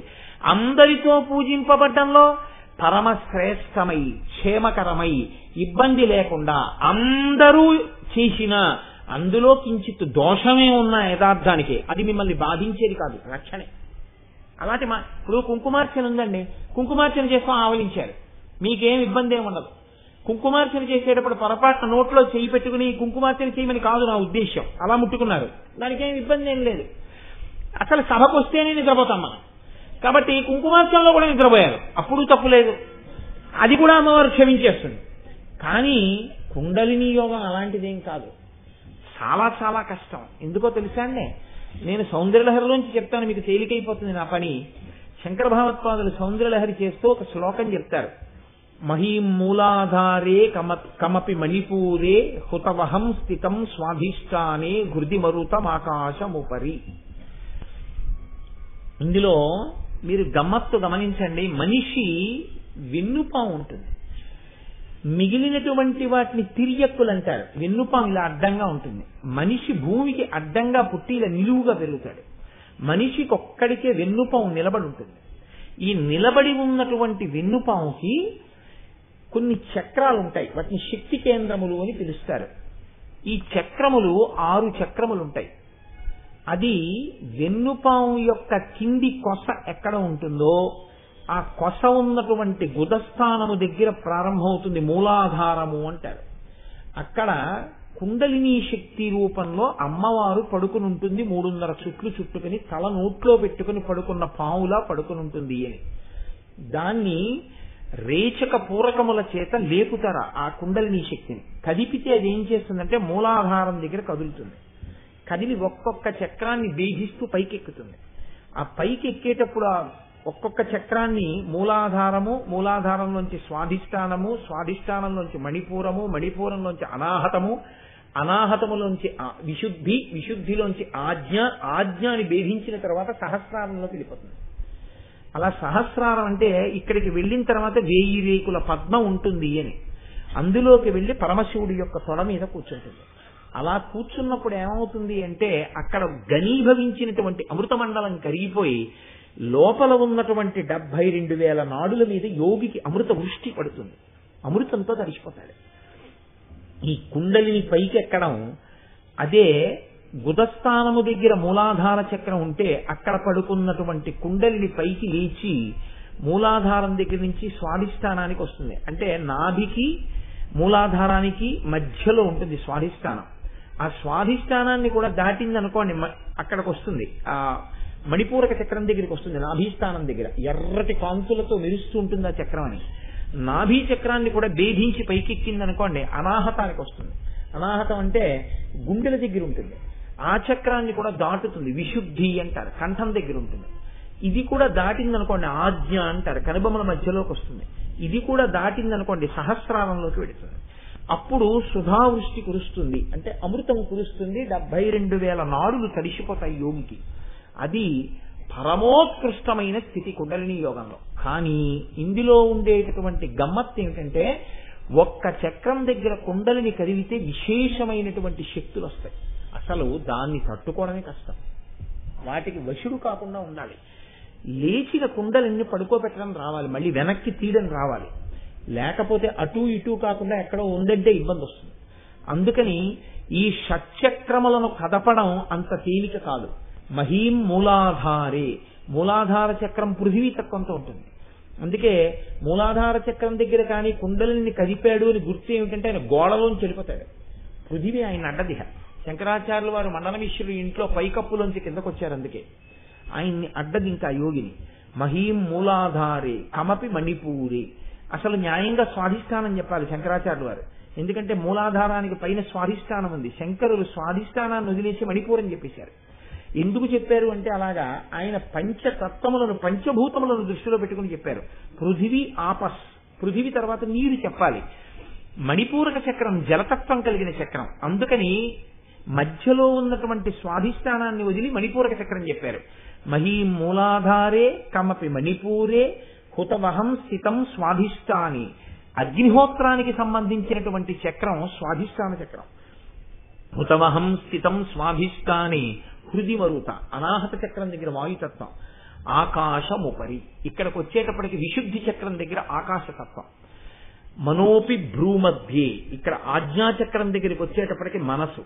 మనోపి భ్రూమధ్యే సకలమపి భిత్వా కులపథం. కులపథం అంటే ఆ కుండలిని ప్రయాణించే మార్గం. ఈ 6 చక్రములను దాటి అది కాని సహస్రారంలోకి వెళ్లి మహాకామేశ్వరుడి తొర మీద కూర్చుంటే సుధాసారాభివర్షిణి కటిల్లత సమరుచి షట్చక్రోపరి సంస్థిత. అప్పుడు ఆవిడ 6 చక్రములు దాటి ఇక్కడ కూర్చుంటుంది. మళ్ళీ అంత జాగ్రత్తగాను వెనక్కొచ్చి కింద మూలాధారంలో పడుకోవాలి. ఇది నోటి మాటలతో చెప్పినంత తేలిక సాధన అని మీకేమన్నా అనిపిస్తోందా? అలా అనిపిస్తోందా మీకేమన్నా? అసలు ఆ 6 చక్రాలు ఎక్కడెక్కడున్నాయో ఆ చక్రాలు మీకు ఇంకో గొప్పతనం ఏమిటో తెలుసా అండి? అది మీకు కత్తితో కోసి ఆపరేట్ చేసినా చక్రం కనపడదు. అసలు ఆ చక్రములను యోగం చేత గుర్తిస్తారంతే. అందుకని అవి పైకి కనపడేవేం కావు. అసలు ఇక్కడ ఉందిరా నీకు ఆ చక్రం అని చెప్పడం కూడా కుదరదు. ఆ చక్రాలకి శుద్ధి అన్న మాట ఏమి ఉండదు. చక్రాలు ఎప్పుడూ శుద్ధిగానే ఉంటాయి. కాబట్టి అమ్మవారి యొక్క అర్చన యందు చాలా తేలిక మార్గం ఏది అంటే భక్తితో హాయిగా అమ్మ అంటాం, లలితా సహస్రం చదువుకోవడం, చక్కగా కుంకుమార్చన చేయడం, నైవేద్యం పెట్టడం, పువ్వులతో పూజ చేయడం, అమ్మవారికి చక్కగా నైవేద్యం పెట్టుకోవడం, ప్రసాదం తినడం, అమ్మవారికి ఆభరణాలు అక్కడ పెట్టడం, 4 గాజులు పెట్టడం, ఓ నల్లపూసలు గొలుసు పెట్టడం, ఓ కర్పూర తాంబూలం పెట్టడం, మురిసిపోతుంది ఆవిడ. నీకు ఈ మార్గం ఉంది, ఆ మార్గం ఉంది. ఏ మార్గం తేలికి చెప్పండి నాకు. అసలు ఇదేమిటో మాకు సరిగ్గా అర్థం కాలేదండి అంటే, కుంకం పట్టుకుని ఇలా వేయగలవా శ్రీమాత్రే నమః అంటూ హాయిగా పరమప్రసన్నంగా నీకు కావలసినవన్నీ అమ్మవారు అనుగ్రహిస్తుంది. ఆవిడ ఇందులోనే నేను దొరుకుతానని చెప్పలేదు, ఇందులోనూ నేను నిన్ను అనుగ్రహిస్తానని చెప్తోంది. అందుకే నామపారాయణ ప్రీత. అవన్నీ నీకు అర్థమైనా కాకపోయినా ఆ నామం చెప్పే చాలు. మూలాధారైక నిలయా బ్రహ్మగ్రంథి వివేదిని అని చాలు. అదంతా నీకు అనవసరం. ఆ బ్రహ్మగ్రంథి ఎక్కడుంది, విష్ణుగ్రంథి ఎక్కడుంది, రుద్రగ్రంథి ఎక్కడుంది, ఇవన్నీ తెలుసుకునే ప్రయత్నం ఏం చేయక కుండలిని యోగం జోలికి వెళ్ళమని నేనేం చెప్పలేదు కదా నిన్ను. చక్కగా నామం చెప్పు, కుంకం వేయి చాలు, నిన్ను అనుగ్రహించేస్తాను, బ్రహ్మాండంగా అనుగ్రహిస్తాను. అందులో ఏమైనా చిన్న చితక తప్పులున్నా కూడా మిమ్మల్ని ఏం బాధించవు, రక్షణే చేస్తాయి. కాబట్టి ఇటువంటి స్థితి ఒకటి ఉన్నది. కాబట్టి పెద్దలు ఏం చెప్పారంటే ఆ నామములకు విశేష వ్యాఖ్యానము చెప్పవద్దు. నువ్వు వర్ణించి చెప్పేయడం మొదలు పెట్టేస్తే అమాయకుడైన వాడికి ఏమనిపిస్తుందంటే, ఓహో ఏముందండి ఇదంతా చాలా తేలిక, కుండలిని కదిపేస్తాననుకుంటాడు వాడు. కాబట్టి కుండలిని యోగం అని సభల్లో చెప్పడం ఆప్చేయి. మనవడికి కారు ఎలా ఇవ్వవో అలా ఇవ్వకు, ఒక్కటి మాత్రం గుర్తు పెట్టుకుంటే చాలు వాళ్ళు, అది వాళ్ళకి చెప్పు చాలు అని చెప్పారు. ఏది చెప్పాలి అంటే, శ్రీ మహావిష్ణువు దేని మీద కూర్చుని ప్రయాణం చేస్తారు? గరుత్మంతుడి మీద కూర్చుని ప్రయాణం చేస్తారు. సుబ్రహ్మణ్యేశ్వర స్వామి వారు దేని మీద కూర్చుని ప్రయాణం చేస్తారు? నెమలి మీద కూర్చుని ప్రయాణం చేస్తారు. అలాగే మీకు సుబ్రహ్మణ్యుడు ఎలా అయితే దీని మీద పెడతాడో, నెమలి మీద పెడతాడో, ఏ విధంగా అయితే శ్రీ మహావిష్ణువు గరుత్మంతుడి మీద పెడతారో, అలాగే నకులి అని పేరు కలిగినటువంటి తల్లి నకులీశ్వరి అన్న పేరుతో ఎవరుంది? అమ్మవారే ఉంది. నకులీశ్వరి అంటే అర్థం ఏమిటి? నకులి అంటే ఏమిటి సంస్కృతంలో? ముంగిస. అమ్మవారే ముంగిస అన్నారు.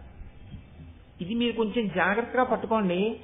గరుత్మంతుడు దేన్ని వేధిస్తాడు, దేన్ని బాధ పెడతాడు? పావుల్ని తింటాడు, పావుల్ని వేధిస్తాడు. నెమలి దేన్ని వేధిస్తుంది, దేన్ని చంపుతుంది? ముంగిస దేన్ని వేటాడుతుంది, దేన్ని చంపుతుంది? పావు. అసలు మీకు ఇంకో గమ్మత చెప్పనండి, పావు నుంచి వచ్చే సువాసన అంటే ముంగిసకి చాలా ఇష్టం. ఈ 3 కూడా పావుని చంపేవి కదండి. వీళ్ళ ముగ్గురితోటి అనుబంధం ఉన్నటువంటి పరమశివుడు ఏం పెట్టుకుంటాడు? పావుల్నే ఆభరణంగా పెట్టుకుంటాడు. ఈ పావుకి ఎందుకు వచ్చింది ఇంత శక్తి? ఇది నువ్వు తెలుసుకుంటే చాలయా, ఇవన్నీ నువ్వు తెలిసేసుకున్నట్టే. దాని అర్థం, దాని గొప్పతనం ఏమిటో తెలుసుకోచాలి. పాము 2 రకాలుగా ఉంటుంది. ఒకటి మంచి పాము, 2 చెడ్డ పాము. అంటే మంచి పాములు చెడ్డ పాములు ఉంటాయా లోకంలో అని అనుకోకండి. మీలో ఉన్నటువంటి తేజస్సు ధర్మబద్ధమైనటువంటి పనికి, భక్తితో కూడినటువంటి పనులకు ఉపయోగపడితే అది మంచి పాము. మీలో ఉన్నటువంటి తేజస్సు ఎప్పుడూ దీని సుఖం కోసమని ఖర్చు పెట్టబడితే అది చెడ్డ పాము. మీరు చెడు వైపుకి వెళ్ళిపోకుండా ఉండడం కోసమని, అసలు చెడు అంటే దాన్ని మార్చడమే పద్ధతిగా పెట్టుకుని ఉన్న వాళ్లే విష్ణువు, సుబ్రహ్మణ్యుడు, తర్వాత అమ్మవారు నకులీశ్వరి. ఆవిడ పాదాలు ఎలా పట్టుకున్నా నీకు వచ్చే ఫలితం ఏమిటంటే ఆవిడ నకులి, ఆవిడ ముంగిస. ఆవిడ ఏం చేస్తుంది? ఎక్కడ పాము కనపడ్డా యుద్ధానికి ఎడుతుంది, పామును కొరుకుతుంది. కాబట్టి ఇప్పుడు నకులి ఆవిడ పాదాలు పట్టుకుంటే ఆవిడ ఏం చేస్తుంది? నీలో ఉన్నటువంటి దోషములను తీసేసి నిన్ను మంచివాడిగా మారుస్తుంది. నీ తేజస్సు పరమభక్తితో భగవంతుడి వైపుకి, ధర్మం వైపుకి, ఆరాధన వైపుకి నడిచేటట్టుగా అమ్మవారు నిన్ను అనుగ్రహించగలదు. ఆమె కులాంతస్థ. ఆవిడ నీకు తెలిసి కాని తెలియక కాని ఎలా పూజ చేయి, ఆ అమ్మవారు పరమ ప్రీతి చెందుతుంది. నీ దగ్గర నీళ్లు కూడా లేవయా, పువ్వులు కూడా లేవు, ఇంత కుంకం ఉంది. అమ్మవారి ఆరాధనలో గొప్పతనం ఏమిటో తెలుసా అండి? అమ్మవారి పూజ చేసేటప్పుడు ఒక్కొక్కసారి పక్కన కలశపాత్ర కూడా లేకపోతే మీరు సింహాసనం సమర్పయామి కుంకం, స్నానం సమర్పయామి కుంకం. పరమశివుడి దగ్గరికి వచ్చేటప్పటికి అలా అంటానంటే కుదరదు. పరమశివుడి దగ్గరికి వచ్చేటప్పటికి మీరు స్నానం సమర్పయామి అనగానే అభిషేక మంత్రం చెప్పాలి. ఇప్పుడు రేపు మహాశివరాత్రి నాడు ఉదయం 8 గంటలకి మీ అందరూ అభిషేకానికి తేవగలిగిన పదార్థం తిండి రూపాయి కూడా తేవద్దు అన్నారు గోపాలకృష్ణ గారు. ఎందుకు అన్నారో తెలుసా అండి ఆ విషయం? అందులో ఒక పెద్ద రహస్యం ఒకటి ఉంది. శివాభిషేకంలో మీరు పట్టుకొచ్చిన పదార్థము చేత చల్లపడిన శివలింగం మీకు ఫలితాన్ని ఇస్తుంది. మీరిచ్చిన రూపాయలతో అభిషేకం చేస్తే ఆయనకి ఏమి వస్తుంది? మళ్ళీ రూపాయలు పట్టుకెళ్ళి ఏం తేవాలి? దేవాలయం వాళ్ళు అభిషేక ద్రవ్యాలే తేవాలి, తెచ్చి అభిషేకం చేయాలి శివరాత్రి నాడు పొద్దున్న. మీరు చెయ్యక్కర్లేదు అభిషేకం. ఆచార్యముఖేన మీ గోత్రనామాలు చెప్పుకోండి అన్నప్పుడు మీ గోత్రనామాలు చెప్పుకుని కూర్చుంటే చాలా చక్కగా అక్కడ అభిషేకం జరుగుతుండగా నమస్కారం చేస్తూ చూసి ఆ మంత్రాలు వింటుంటే చాలు, మీకు ఆ అభిషేకము యొక్క శక్తి మీకు కలుగుతుంది. ధ్యాయేత్ ఇప్సిత సిద్ధయే. అభిషేకం చేస్తే వస్తుందనుకోక్కర్లేదు, అలా చూస్తూ సంతోషంగా కూర్చున్నా మీకు అది వస్తుంది. శివరాత్రి నాడు మీరు తరించడానికి మార్గం ఏమిటి? మీరు మనుష్యుడై పుట్టారు కాబట్టి మీరు ఒక నామం చెప్పాలి ఈశ్వరుడిది. కాబట్టి ఆ రోజున ఏం చేస్తాం? అభిషేకం అంతా అయిపోయిన తర్వాత శివలింగాన్ని తుడిచి శివలింగానికి గంధం రాసి బొట్టు పెడుతుంటారు. ఈ బొట్టు పెట్టే లోపల మనందరం కలిసి భజన చేస్తాం. సాంబ సదా శివ సాంబ సదా శివ సాంబ సదా శివ సాంబ శివ అని మీరంటారు, నేనేదో చెప్తుంటాను, మీరు అదే మొకటం అంటుంటారు. సా అంబ సదాశివ, అమ్మతో కూడిన శంకరా మమ్మల్ని రక్షించు, మమ్మల్ని రక్షించు. జన్మానికి ఒక్క శివరాత్రి అలా చేస్తే చాలు. ఇప్పుడు అర్చన మొదలవుతుంది, పువ్వులు వేస్తుంటారు. అప్పుడు నేను ఓం శివాయ నమః అంటాను, మీ అందరూ ఓం శివాయ నమః అంటారు. అక్కడ పడుతున్నాయి పూలు. ఇక్కడ నామం ఎవరు చెప్పారో వాళ్ళందరూ ఆ పూజ చేసేసినట్టే. కాబట్టి తరించడానికి మార్గం అది. అమ్మవారి దగ్గరికి వచ్చేటప్పటికి ఆ అభిషేకానికి పాలు, పెరుగు, తేనె, నెయ్యి, పంచదార కూడా అక్కర్లేదు. మీరు కుంకమే తీసి స్నానం సమర్పయామి, ఆవిడ అంగీకరిస్తుందండి. సింహాసనం సమర్పయామి, కుంకమే. హస్తయోహ అర్ఘ్యం సమర్పయామి, కుంకమే. పాదయోహ పాద్యం సమర్పయామి, కుంకమే.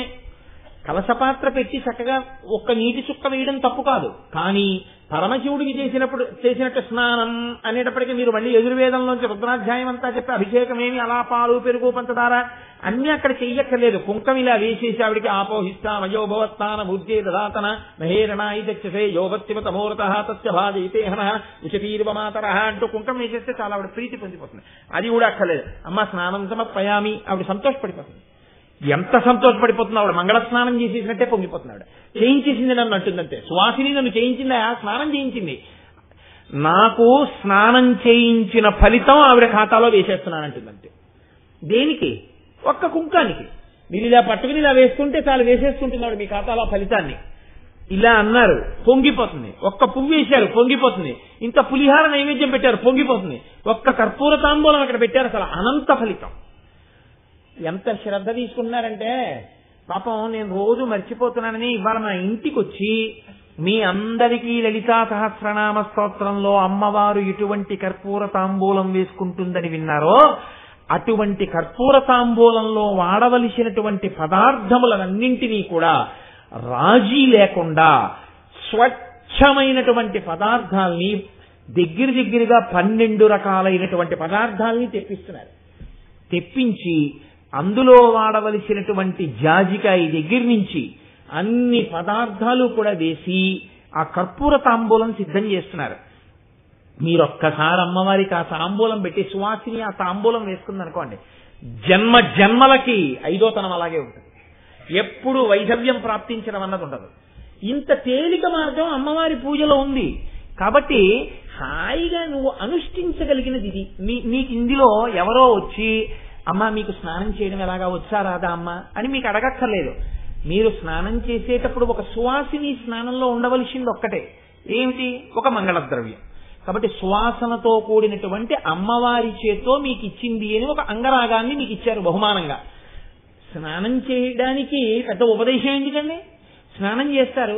సువాసినికి ఒక గొప్పతనం కూడా ఉంది. మగవాడు ఏదైనా చెయ్యాలి అంటే తలస్నానం చేసి కూర్చోవలసి ఉంటుంది. ఒకవేళ అశక్తతగా ఉందనుకోండి, ఏ కారణం చేతనైనా ఆడది పసుపు నీళ్లు తల మీద చల్లుకుంటే చాలు, తలస్నానం చేసినట్టే, ఒంటి మీద స్నానం చేసిన. అన్ని మినహాయింపులు ఇచ్చింది అమ్మవారు, ఎందుకంటే తన స్వరూపమే కాబట్టి. సువాసిని చక్కగా వచ్చి ఇన్ని నామాలు చెప్తుంటే ఆ రోజున మహాశివరాత్రి నాడు అసుర సంధ్య వేళలో మీ అందరూ కూర్చుని ఓం శ్రీమాత్రే నమః అంటూ వేస్తున్నారు అనుకోండి, పరవశించిపోయి ఆవిడ ఇన్ని ఫలితాలు ఇస్తోంది. నువ్వు చెయ్యగలిగినది, నీకు చేతనైనది, పరమ భద్రమైనది, మంగళప్రదమైనది, నీకు ఇబ్బంది లేనిది, నువ్వు నాకు ఇది రాదని అనవలసిన అవసరం లేనిది, ఇది నువ్వు చెయ్యి. నీకేమీ రాకపోయినా కుంకం ఇలా వేస్తే చాలు ఆవిడ ప్రీతి పొందుతానంటోంది. సువాసిని అర్చన ప్రీత, ఇలా కుంకం వేస్తే చాలు పొంగిపోతానంటోంది. ఇవన్నీ నీకుండగా చాలా కష్టమై ఎవరో గురువు పక్కన కూర్చుని చెప్తే తప్ప అసలు దాన్ని చెయ్యడం చాలా క్లేశంతో కూడుకున్నదైనప్పుడు ఆ మార్గం చెయ్యగలిగిన సమర్థులున్నారు, వాళ్ళు పెడతారు. డిగ్రీ వరకు చదవడానికి అందరూ పనికొస్తారు, పీజీ చేయడానికి ఇంకొంతమంది పనికొస్తారు, డాక్టరేట్ హోల్డర్స్, రీసెర్చ్ చేసేవాళ్ళు అందరూ ఉండరుగా. కాకులు గుంపులు గుంపులుగా తిరుగుతాయి, లేకపోతే మీకు పక్షులన్నీ గుంపులు గుంపులుగా ఎగురుతుంటాయి. హంసలు గుంపులు ఉండవుగా, జింకలు గుంపులు గుంపులుగా ఉంటాయి, సింహాలు మందలు మందలుగా ఉండవుగా, ఎక్కడ ఒకటో రెండో సింహాలు ఉంటాయి. కుండలిని యోగంలో అంత స్థాయి పొందగలిగినటువంటి మహాపురుషులు కోట్ల కోట్ల మందిలో ఒకరు ఉంటారు. నీవు ఎందుకు బెంగ పెట్టుకుంటావు? తత్తుల్యమైనది, సమానమైనది అమ్మవారు నీకు ఇచ్చిందిగా. కాబట్టి హాయిగా అది నువ్వు చేసుకో. అది నువ్వు చేసుకోగలనని నువ్వు అమ్మవారి దగ్గర ఆనందంతో అంగీకరించడమే. అమ్మా అంత తేలిక కాదు కదా తల్లి, పోలే అమ్మ నేను ఇలా చేసుకుంటాను అనడం పరమ మర్యాదతో ఆ నామాల గురించి నాకు తెలియకపోయినా బెంగలేదులే అమ్మా అని మీరు అన్నాం. ఇప్పుడు ఆ మర్యాదతో మీరు అన్నారనుకోండి, ఆ తల్లి పొంగిపోతుంది. ఇప్పుడు ఆ నామాలన్నీ ఏమున్నాయో అవన్నీ నేను చెప్పినటువంటి చిన్న ఆ కుండలిని యోగ ప్రక్రియ ఏది చెప్పానో అదే ఆ నామాలన్నిటిగా వచ్చేస్తుంది. అమ్మవారు ఉండేటటువంటి పథం, ఆ గ్రంథులు, ఆ చక్రాలు, ఆ దాటడం, అదంతా ఆ నామాల్లో ఉంటుంది. కాబట్టి నేను అనుకుంటున్నాను, నేను మీకు చెప్పనిది ఎందుకు చెప్పట్లేదో చెప్పడంలో కృతకృత్యుడనయ్యాను అని నేను అనుకుంటున్నాను. కాబట్టి అన్నీ చెప్పాలా? చెప్పకపోవడమే లలితా సహస్రంలో చెప్పడం. మీరు బాగా గమనించారో లేదో, మనవడికి తాళాలు ఇవ్వని తాతగారే నిజమైన తాతగారు. ఏడుస్తున్నాడు పిల్లాడు, గారం చేస్తున్నాడు, లేక లేక పుట్టిన మనవడని కారి తాళాలిచ్చి కారిచ్చి బయటికి పంపించిన తాతగారు ప్రమాదకరమైన తాతగారు. ఇప్పుడు ఆ పిల్లాడికి ఎక్కడో యాక్సిడెంట్ చేశాడు, ఏమంటారు మీరు? ఏమంటే ఈ పిల్లాడికి కారెవడిచ్చాడండి? అసలు ఇంత చిన్న కుర్రాడికి కారు తాళాలు మన అన్నం తిన్నాడా గడ్డి తిన్నాడా? తాత ఎలా ఇచ్చాడండి అంటారు. అప్పుడు ఎవరు తలంచుకోవాలి? తాతగారు తలంచుకోవాలి. మీరు చూడండి, లోకంలో విచ్చలవిడితనం ఉందనుకోండి, అంటే తను చెయ్యకూడని పని చేస్తున్నాడు అనుకోండి ఒకడు, ఇప్పుడు ఏమంటారంటే ఎవరు చెప్పేవాళ్ళు లేదేంటండి ఇతనికి అంటారు. ఎవరు చెప్పరా ఏంటంటే ఇలా ప్రవర్తిస్తాడంటారు. అంటే ఏది చెప్పాలో అది చెప్పడం, ఏది చెప్పకూడదో అది చెప్పకుండా ఉండడం పెద్దరికం. అది గురుత్వం. కొన్ని చెప్పకపోవడమే లలితా సహస్రంలో గురువుతనానికి గొప్ప. అదే గురుత్వం. అన్నీ చెప్పేయడం నీ పాండిత్యాన్ని ప్రకటించుకోవడం అవుతుందేమో కానీ నీ యందు నిగ్రహం లేదు. పిల్లలకి ఏది అందించకూడదో అది చెప్పకుండా ఉండగలిగినటువంటి నిబద్ధత నీకు కొరవడింది. పరమాచార్య అంగీకరించలేదు ఆ పద్ధతులు. అలా నువ్వు ఉండవద్దు అని చెప్పారు ఆయన. కాబట్టి నేను అలా ఉండలేను. కాబట్టి కొన్ని నామములు వదిలిపెట్టేస్తున్నాను. ఏమ్మా మీ అందరూ ఈ విషయంలో నాతో అంగీకరించగలరు కదా తల్లి? పెద్ద మనసుతో నేను మంచి మాటే చెప్పాను అని మీరు అంగీకరించగలరు కదా? ఇక్కడ వరకు మీరు అంగీకరించినందుకు నేను ఎంతో సంతోషిస్తున్నాను. ఇప్పుడు ఆ నామములను దాటిన తరువాత ఏది మనకి చాలా తేలికగా ఉంటుందో చక్కగా మనం అనుభవించవచ్చో దాని గురించి మీకు నేను మనవి చేస్తుంటాను ఇవాళ నుంచి. అవి తప్పకుండా మనం తెలుసుకుని అనుష్ఠించవలసినవి. భవానీ అని పిలిచారు అమ్మవారు. మీరు అమ్మవారిని ఈ కంటితో చూడవచ్చాయా అన్నారు. నువ్వు ఎప్పుడు కావాలంటే అప్పుడు చూడొచ్చు అమ్మవారిని. ఎలా చూడొచ్చండి? నా తల్లిని చూడాలనుకుంటే నీళ్లుగా చూడు, నీరే అమ్మవారు అని చెప్పారు. భవానీ అంటే నీటి స్వరూపము. భవుడు అంటే పరమాత్మ, పరమశివుడు. భవుని యొక్క శక్తి భవాని, భవుడి యొక్క భార్య భవాని. భార్య అన్న మాట శాస్త్రంలో ఎప్పుడు వాడినా ఆయన శక్తి అని గుర్తు. అందుకే లోకంలో ఒక మర్యాదతో కూడిన మాట ఉంటుంది. పురుషుడి గౌరవానికి కానీ, పురుషుడి అగౌరవానికి కానీ, పురుషుడు వృద్ధిలోకి రావడానికి కానీ, పురుషుడు పతనమైపోవడానికి కానీ, పురుషుడు ఒక మంచి పని చెయ్యగలగడానికి కానీ, చెయ్యలేకపోవడానికి కానీ కారణం ఎవరై ఉంటారు అంటే ఖచ్చితంగా భార్యయే అయి ఉంటుంది. ఎందుచేత భార్యని తక్కువ చేసి ఎప్పుడూ మాట్లాడలేదు శాస్త్రం. ఆమెయే ఆయన శక్తి. ఆవిడని మీరు మినహాయించేశారనుకోండి, ఆయన శక్తిహీనుడు, ఆయన అవన్నీ చేయలేడు. ఆయన అవన్నీ ఎందుకు చేయగలుగుతున్నాడో తెలుసా? ఆవిడ ఉంది వెనకాల. ఆవిడ వెనకాతల ఉండబట్టే ఆయనకి అన్ని వేళకి సాగుతున్నాయి.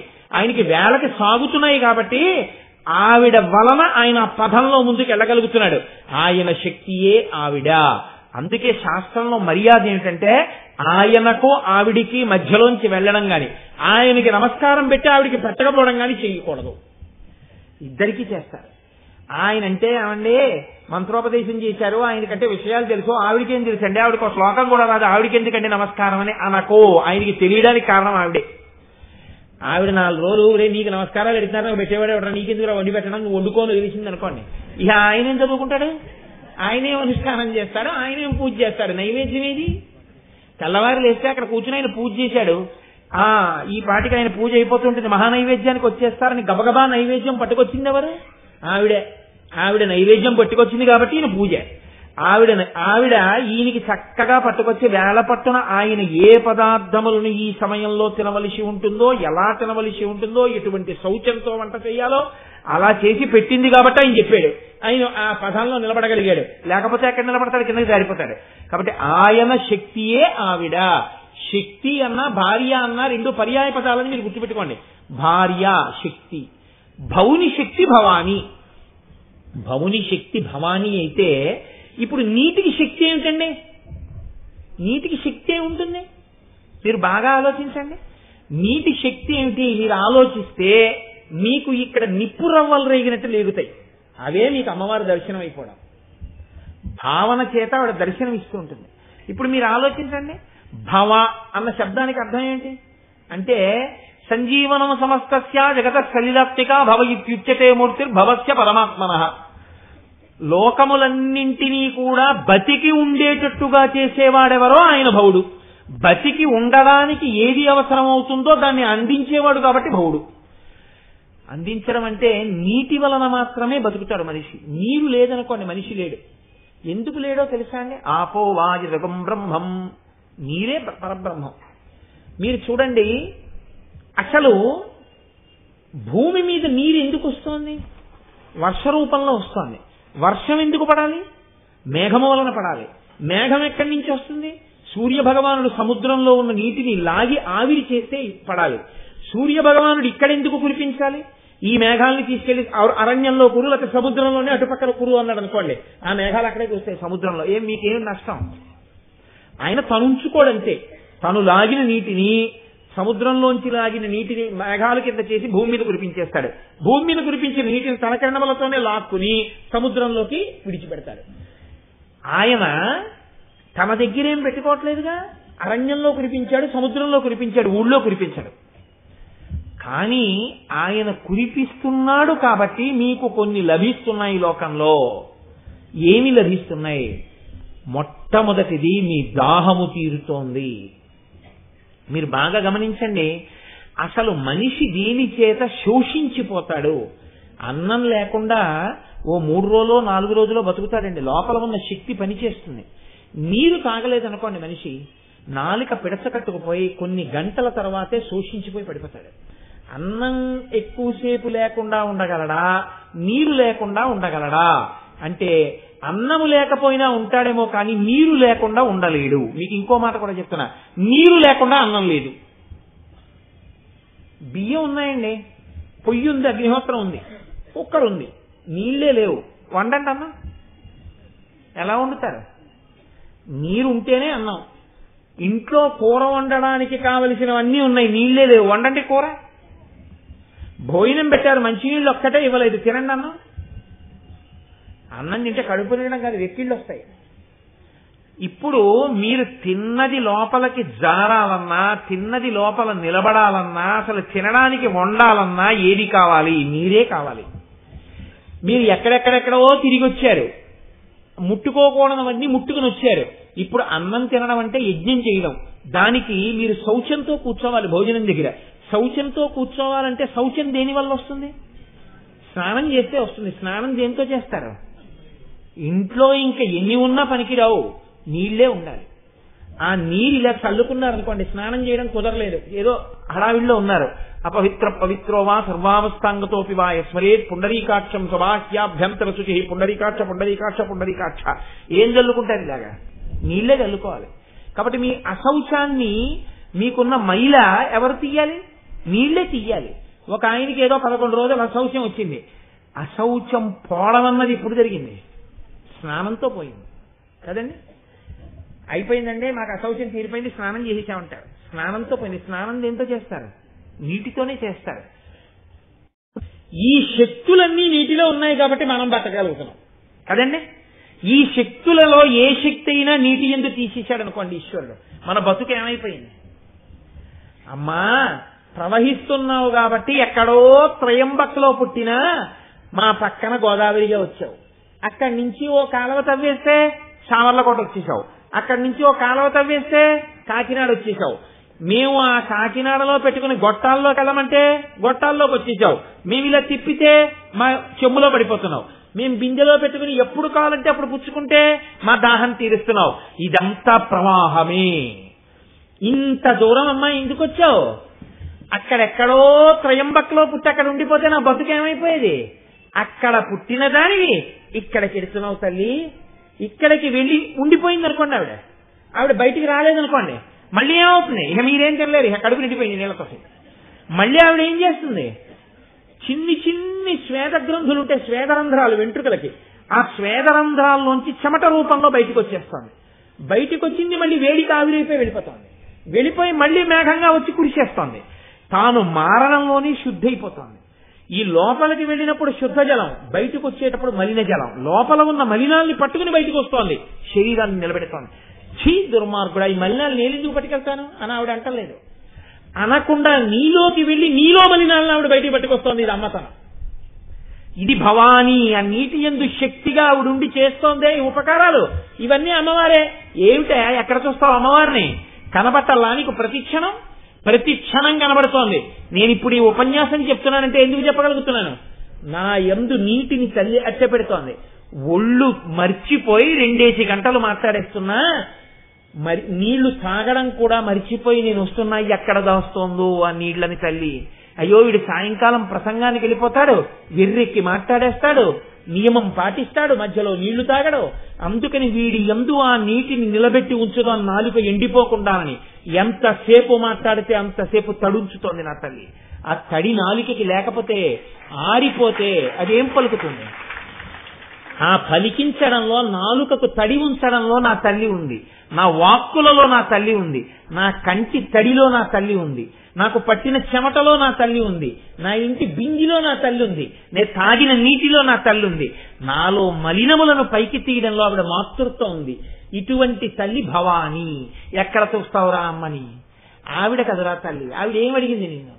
నానా నేను ఇలా ఉపకారం చేస్తుండే ఉంటానురా, నేను అమ్మని కదా. నువ్వేం చేస్తావో తెలుసా? ఏమీ చెప్పక్కర్లేదు, శ్రీమాత్రే నమః అమ్మా అని ఇలా కుంకమే నేను పొంగిపోతాను. సువాసినియే చెయ్యాలని ఆవిడ ఎందుకంటుంది? శక్తి. నీవు గుర్తించి నీ శక్తి స్వరూపంతో చేయించడమే నీ భార్యతో చేయించడం సువాసిని.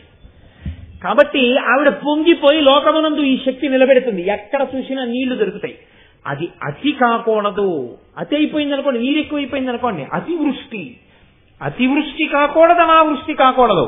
సమానంగా ఉండేటట్టుగా ఆవిడ వచ్చి నిలబడుతుంది. నిలబడి మిమ్మల్ని కాపాడుతుంది. ఈ కాపాడగలిగినటువంటి శక్తి ఏది ఉందో అదే అమ్మవారు. మీరు బాగా గుర్తుపెట్టుకోండి. ఆవిడ లోపలికెళ్ళి నీటిగా పైకి రాకుండా నీరుగా ఆవిడ శరీరావయవముల యందు చేరి నిలబడిపోయింది అనుకోండి, ఉండిపోతే ప్రమాదకరమైన లక్షణం వైద్యశాస్త్రంలో.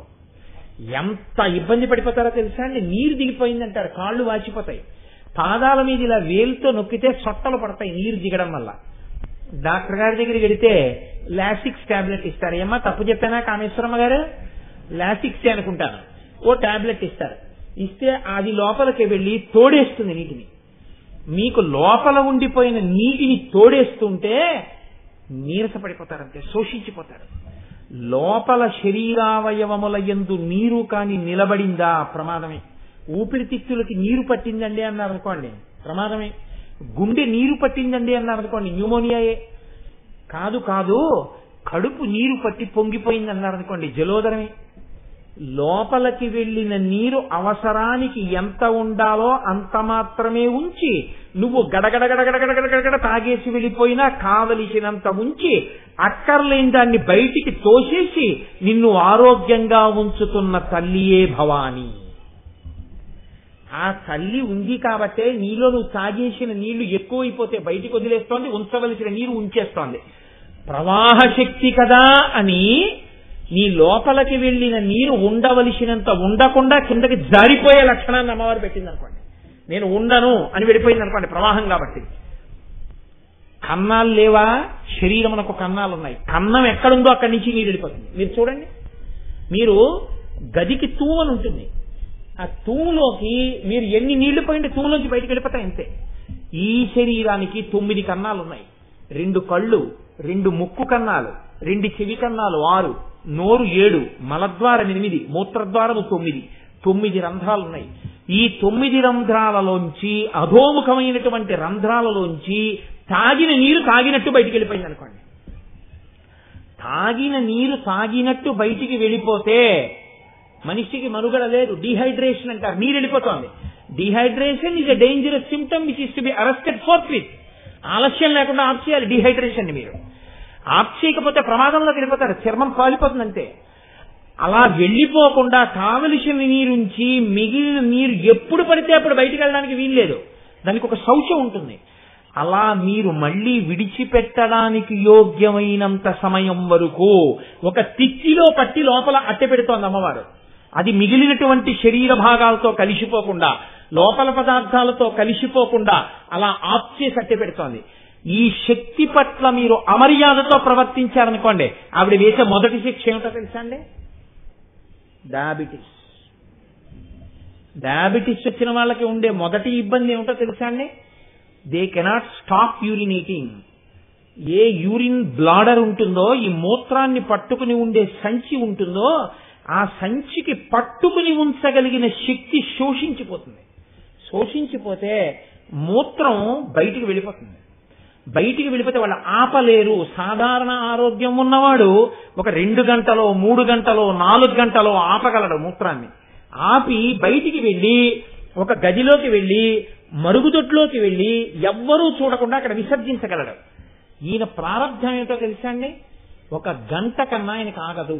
ఆయనకి అయిపోతోందని కూడా తెలియదు. కట్టుకున్న వస్త్రం తడిసిపోతుంటుంది. తడిసిపోతోంది కాబట్టి ఆయన ఏం చేస్తాడంటే, పాపం సభలో ఆ చివర్లకు ఎక్కడ ఉంటారు, ఉండి మధ్యలో లేచి బయటికి వెళ్ళొస్తూ ఉంటారు. అలా సభలో అటువంటి బాధతో ఎవరు వెళ్ళొస్తున్నారో కూడా నాకు తెలిసిపోతుంటుంది సభలో. అంటే భవానీ అనుగ్రహం లోపించింది. నీటిని లోపల పట్టి ఉంచగలిగిన శక్తి క్షీణించిపోతుంది. ఆవిడ ఇచ్చింది కదా అని నువ్వు అదే పని గట్టి పెట్టేశారనుకోండి, అది మళ్ళీ మూత్రబంధనం కానీ మలబంధనం కానీ గుండెపోటుకి దారితీస్తుంది. డాక్టర్ గారు నేనేం తప్పులు చెప్పట్లేదు కదమ్మా. కాబట్టి ఇది మీకు ఒత్తిడి చేసి ముందు విడిచిపెట్టేయి అని సంకేతం ఇచ్చి ఆవిడ మీతో ముందు ఖాళీ చేయిస్తుంది. మళ్ళీ పుచ్చుకో దాహ రూపంలో పుచ్చుకోమంటుంది. వైద్య శాస్త్రాన్ని ఋషి ఏ కోణంలో చూశాడంటే అమ్మవారి అనుగ్రహ రూపంలో చూశాడు కపిలుడు. చూస్తే అది ఏమైందంటే భారతీయ సంప్రదాయమునందు వైద్య శాస్త్రం అంతా భవానీ అయిపోయింది. అందుకే భవానీ పరమోత్కృష్టమైన నామం. బేసి సంఖ్య ఆడపిల్లలు పెట్టుకోవడానికి పరమ యోగ్యమైన నామము భవానీ. భవానీ అన్న పేరుతో ఆడపిల్ల ఇంట్లో ఉండి భవానీ భవానీ భవానీ శివానీ అని పిలుస్తున్నాడు అనుకోండి, తండ్రి భర్త అందరూ. ఇవాల్టి రోజుల్లో ఉన్నటువంటి లక్షణాలు వేరు. తండ్రి ఉమా అని పేరెట్టుకుంటాడు. ఓ పనికిమాలిన అత్తగారు అక్కర్లేని పేరు పెడుతుంది. ఉమా అన్న పవిత్రమైన పేరుని మార్చేసినందుకు ఆ పిల్ల ఏ ఫలితాన్ని పొందుతోందో, ఏ బాధపడుతోందో ఎవరికి తెలుసు? అది నువ్వు చేసిన తప్పే. నువ్వు అంగీకరించనూకూడదు, ఆ పేరు మార్చనూకూడదు. ఉమా కేనోపనిషత్తులో పేరది. అమ్మవారు జ్ఞానమూర్తిగా నిలబడిన పేరు. పరమోత్కృష్టమైన పేర్లలో మొదటి పేరు ఉమయే. అందుకే అమ్మవారి గురించి చెప్తే ఉమా భవాని రుద్రాణి అంటూ ఉమా అన్న నామంతోనే మొదలు పెడతారు. అమ్మ ప్రీతిగా పిలుచుకున్న పేరు ఉమా. పార్వతీ కళ్యాణానికి ముందు అంత పవిత్రమైన పేరు ఉమా అన్న పేరు. భవానీ, ఇంట్లో ఉన్న వాళ్ళందరూ బతికుంటారు ఆ పేరుతో పిలుస్తుంటే. భవానీ భవానీ భవానీ అని ఇంట్లో పిలుస్తుంటే ఏ ఇబ్బందులు రావు. భవానీ అని పేరెట్టుకుని భౌ భౌ అని పిలుస్తానంటే నేను చెప్పలేను. ఎందుకని నేను ఈ మాట అంటున్నానో తెలుసా అండి? నాకు పేర్లు పెట్టాలన్నా అసహ్యం. కొంతమందికి వచ్చిన దగ్గరికి పేరు పెట్టండి ఏదైనా అంటారు. సరే పెట్టారనుకోండి, మీరు ఎప్పుడో ఏడాది తర్వాత 2 ఏళ్ల తర్వాత వాళ్ళ ఇంటికి వెళ్ళారనుకోండి, మీకు చాలా సిగ్గుపడతారు మీరు పేరు పెట్టినందుకు. మీరు దాని వెనక తాత్వికమైనటువంటి భావాన్ని చూసి అమృత భాండంగా భావన చేసి మీరు ఆ పేరు పెడతారు. వాళ్ళు అందులోంచి వికృతమైన పేరు తీసి పిలుస్తుంటారు. చాలా చిన్నబుచ్చుకుంటుంది మనసు. అపాత్రదానం, నేను అనవసరంగా పెట్టాను పేరు అనిపిస్తుంది. కాబట్టి నేను ఈ మధ్యకాలంలో అందుకే నా దగ్గరికి వచ్చి ఎవరైనా పేరు పెట్టనంటే ఇలాంటివి 2-3 సందర్భాలు చూశాక నేను పేర్లు పెట్టడం మానేశాను. నాకు ఖాళీ లేదమ్మా, నేను పెట్టను, మీరు ఎవరితోనో పెట్టించుకోండి అని చెప్తున్నాను. ఎందుకు?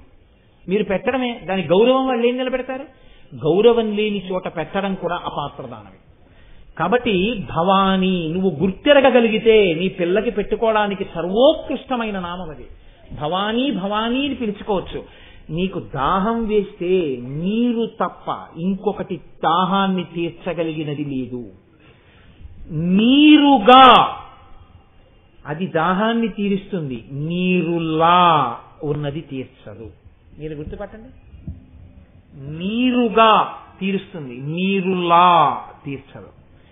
నెయ్యి నీరులా ఉంటుంది కరగబెడితే. మంచినీళ్లు లేవు, దాహం వేస్తోంది అంటున్నారు కదా, పుచ్చుకోండి అని ఒక గ్లాస్తో నెయ్యి ఇచ్చారనుకోండి, నీరులా ఉందని ఏమైపోతారు మీరు? నీరులా ఉందని కాస్త ఓ గ్లాసులో పానకమో పాకమో ఇచ్చాననుకోండి, మీకు బెల్లపాకం ఇచ్చాననుకోండి, తాగేశారు. ఏదో కాజాలు చేసుకోవాల్సిన పాకం, ఏమవుతుంది మీ దాహం? అయితే మనం చేసే జాడ్యం అంతా అదే. దాహం వేసిన వాడు పుచ్చుకోవలసింది దాహోపశాంతితో శరీరాన్ని రక్షించేదాన్ని ఇవ్వాలి. అది అమ్మవారి ప్రజ్ఞ. ది ప్రాసెస్ ఆఫ్ రేడియేషన్ అంటారు. బయట వేడి ఎక్కువగా ఉంటే అమ్మవారు ఏం చేస్తుందంటే లోపల తట్టుకోవడం కోసమని ఎక్కువ నీరు అడుగుతుంది. నాన్న నీళ్లు పోయి ఇందులో నీళ్లు పోయి అంటారు. అందుకే కారులో కూడా రేడియేటర్ అంటారు.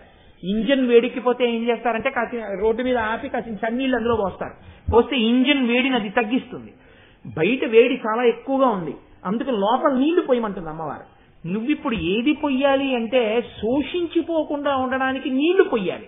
లేకపోతే ఇంకా మంచిదేది మజ్జిగ పొయ్యాలి.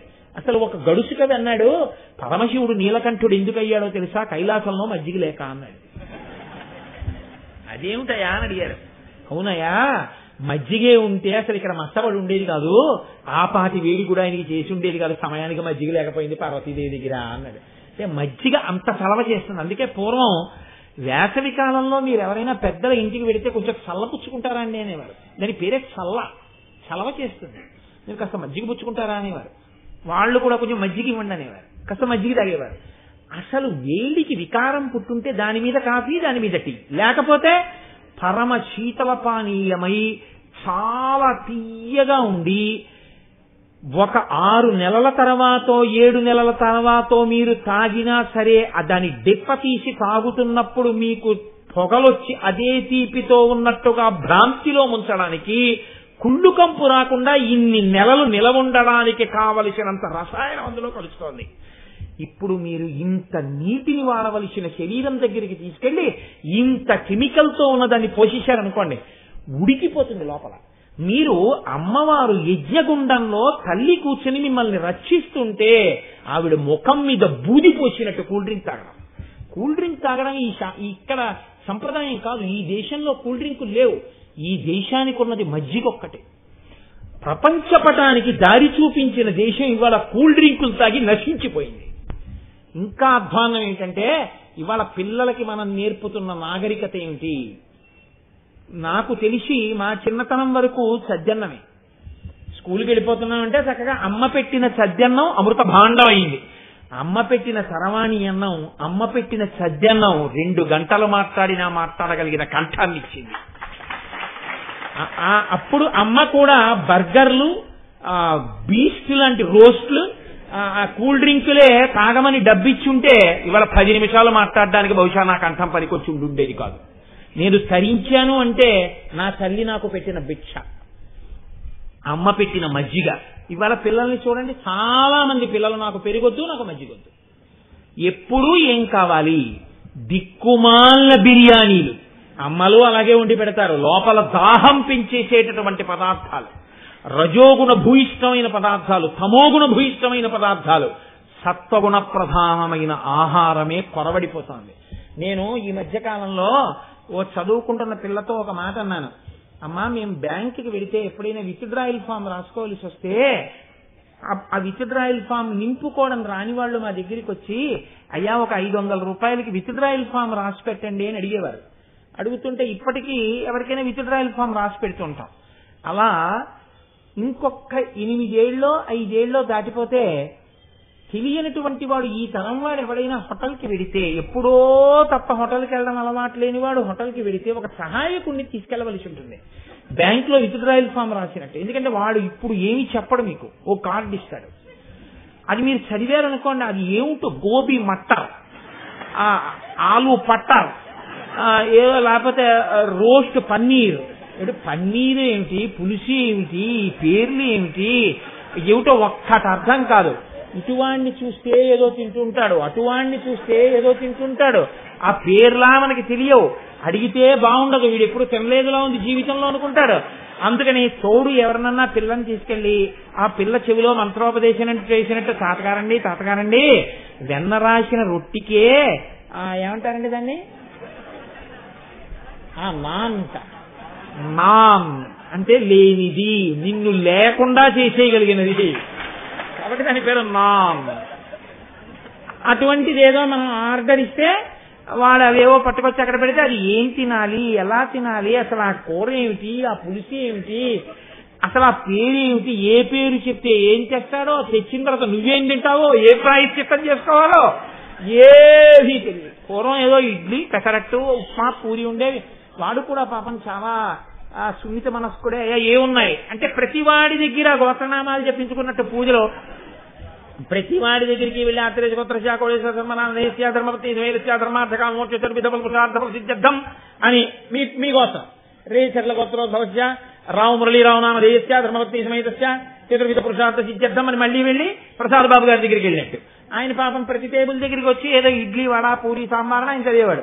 అందులో వాడు పక్కవాడిని అడిగి సంప్రదించి ఏదో పెద్ద యజ్ఞం చేసినట్టు ఇది తెమ్మంటే వాడు తెస్తే తినేవాళ్ళం.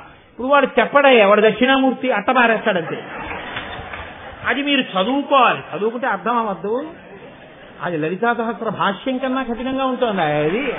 అది ఎవరికి తెలుస్తుంది? అది రోజు వెళ్ళేవాడిని ఎవరినో వాడిని తీసుకుని వెళ్ళాలి, వాడిని అడగాలయా ఇదేమిటని. మీరు కానీ ఒకవేళ అక్కడ పరిశేచనం చేయడం, చెప్పులు ఇప్పడం ఇలాంటివి చేశారనుకోండి, మిమ్మల్ని వెర్రేడి కింద చూస్తారు అక్కడ అందరూ. కాబట్టి మీరు కూడా బూట్లు అవి వేసుకుని మీ చేత్తో మీరు తినకూడదు. ఏదో పులి పంజా లాంటివి కొన్ని ఉంటాయి, దాంతో ఇలా పట్టుకుని ఇంకో దాన్ని పొడిచి పీకి మీరు తింటే మీరు చాలా సంస్కృతి ఉన్నవారు. మీరు అలా చేయలేకపోయారనుకోండి, మీరు సంస్కృతి విహీనులు. ఏ జాతిలో ఇంటికి వచ్చిన వాళ్ళకి మజ్జిగ ఇచ్చిన జాతిలో ఇది మన జాతి సంస్కృతి. వాళ్ళ పొరుగింటి పుల్లకూర రుచి, అక్కరలేనివన్నీ నెత్తికెత్తుకోవడమే. ఏది అసలు మన సంప్రదాయమో అది మనకు అక్కర్లేదు. అలా చెప్పిన తల్లులు లేదు, నన్ను క్షమించండి. నోర్మొయ్ బిర్యానీ ఏమిటే, అన్నం తిను, పప్పు అన్నం కలిపి పెడతాను తిను అన్న తల్లి లేదు. ఆవిడ అడిగింది ఈవిడ అదే వండుతుంది. కాబట్టి పిల్లల్ని ఎందుకు అనాలి? పిల్లలు తప్పేముంది? అమ్మ వండి పెడితే వాళ్ళకి అలవాటు అవుతుంది. మనకి ఇది ఉంది, అక్కడ 103 కనపడుతున్నాయి, ఇది మార్చి అది మార్చిది, దానికే మనకి టైం లేదు. ఇంకా పిల్లలకి ఎక్కడ వండి పెడతాం మనం? శనివారం ఉపవాసం అంతా ఏమిటిరా అంటే హోటళ్లలోనే. సరే, ఇప్పుడు అవన్నీ ప్రారంభం నాకెందుకు కానండి. కాబట్టి భవాని అనగా ఎక్కడ ఉన్నది అమ్మవారు? నీలోనే ఉన్నది, ఇక్కడే ఉన్నది, ప్రతి క్షణం నీ కంటికి కనపడుతూనే ఉన్నది. ఆ అమ్మవారి యొక్క శక్తిని నువ్వు గుర్తించగలిగితే, నీటి రూపంలో ఉండి నిన్ను రక్షిస్తున్న తల్లి ఎవరున్నదో ఆమెయే భవాని. ఆవిడ ఎంత మర్యాదతో రక్షిస్తోందో తెలుసా అండి? ఒక్క భవానీ నామాన్ని మీరు అనుభవించగలిగితే, ఆవిడ ఒక చోట పెద్ద జలరాశి అయి సమతౌల్యాన్ని కాపాడుతోంది. భూమి నీరు ఎంతంత ఉండాలో అంత నీరు ఉండాలి. కాబట్టి మామూలుగా ఉంటే మీరు నేను తాగేస్తామని ఉప్పు నీటిగా ఉండిపోయింది ఆవిడ సముద్రం. అది కానీ మంచినీరుగా ఉందనుకోండి, ఇంకేమైనా ఉందా? ఈ పాటికి దాన్ని ఎంత అల్లరి చేసేదో. ఉప్పు నీటి సముద్రంగా ఉంటేనే దాంట్లో రాజకీయాలు చేసి పెట్రోల్ వంపేసి మంటలు పెట్టేశారు కదండి మన వాళ్ళు, సంస్కారం పెరిగిపోయి. అలాంటిది దాన్ని కవ్వేసి పెట్రోల్ తెచ్చేస్తున్నాం కదా, ఇంకది మంచినీరు అయ్యి ఉంటే ఇవాళ సముద్రాలు ఉండేవని మీరు అనుకుంటున్నారా? అసలు అల్పపీడనము లేదు, అధిక పీడనము లేదు, నీరు ఉంటే కదా తాగేద్దాం మనం ఎప్పుడో. అదృష్టవశాత్తు ఈశ్వరుడు దాన్ని ఉప్పు నీటికయ్యే చేశాడు కాబట్టి అది అలా పడుంది. మీరు ఒక్కటి గుర్తించండి, సముద్రం కెరటాలు ఒడ్డు వరకు వచ్చి వెళ్ళిపోతాయి. నిజంగా సముద్రం ఊళ్ళోకి వద్దామని ఓ రోజు అనుకుంది అనుకోండి, మీరు నేను ఆపగలమండి? ఒక్కనాటికి ఆపలేం. ఎవరాపారు సముద్రం రాకుండా? ఆ శక్తిని పిల్లలాడుకోవడానికి పనికొచ్చే రీతిలో మీ కాళ్ళు కడగడానికి కెరటమే ముందుకొస్తుంది. అది అశక్తత అనుకుని మీరు లోపలికి వెళ్ళారో శవాన్ని చేసి విసిరేస్తుంది. ఇంత శక్తి ఉన్న సముద్రం, నిత్యగంభీరమైన సముద్రం, ఘోషించే సముద్రం చెలియలి కట్ట దాటి ఎందుకు రాదు? ఇంత శక్తివంతురాలైన సముద్రం చెలియలి కట్ట దాటకపోవడంలోనే మన బతుకుంది కాదండి. అది చెలియలి కట్ట దాటేస్తే మనం అన్నిటిలోనూ మనకి గీసిన గీతలు దాటేస్తాం. నేను ఓ రోజు దాటేస్తున్నాను అనుకోండి సముద్రం, అసలు ఖండాలు ఖండాలు అంతర్ధానం అయిపోతాయి ప్రపంచ పటంలో. కానీ ఎక్కడా దాటదు. అసలు నిజంగా ఉన్నది అదే కదండి. అదే చెలియలి కట్ట దాటేస్తే ఇంకెక్కడుంది? భారతదేశాన్నే చూడండి. తూర్పున బంగాళాఖాతము, పడమర అరేబియా మహాసముద్రము, ఉత్తరమున హిమాలయ పర్వతములు, దక్షిణమున హిందూ మహాసముద్రము.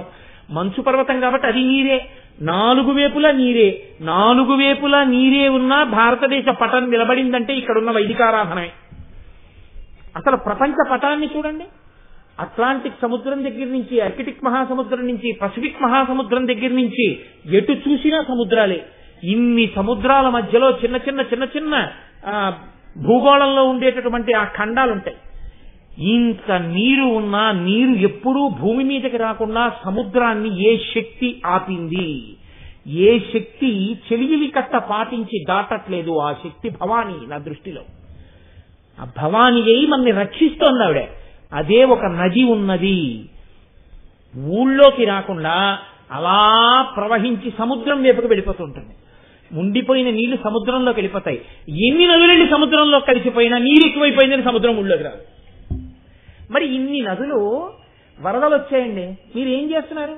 సముద్రంలో నీరు ఎక్కువైపోయింది, ఆనకట్ట బద్దలైపోతుందని చెప్పి మీరు కట్టిన ఆనకట్ట యొక్క వరద గేట్లు ఎత్తేస్తున్నారు. కొన్ని లక్షల క్యూసెక్కుల నీరు వెళ్లి సముద్రంలో కలిసిపోయింది అంటున్నారు. బీహార్ దగ్గర నుంచి, నాసికా త్రయంబక్ దగ్గర నుంచి ప్రవహించి వచ్చినటువంటి నదుల యొక్క జలాలు అన్నీ వెళ్లి కలిసిపోతున్నాయి సముద్రాల్లో. మరి సముద్రంలో నీరు కలిసిపోతున్నప్పుడు ఆ నీరు ఎక్కువైపోయి సముద్రానికి పోటు వచ్చేదండి. మరి సముద్రం పొంగద్దా? మరి సముద్రం ఎందుకు పొంగదు? ఇన్ని నదులు కలిసిపోతున్నా వానాకాలంలో. నీరు వరద గేట్లు ఎత్తి సముద్రంలో వదులుతున్నారు. సముద్రం ఇంత నీరు నేనెందుకు భరిస్తానని సముద్రం పొంగి మీ మీదకి ఎందుకు రాదు?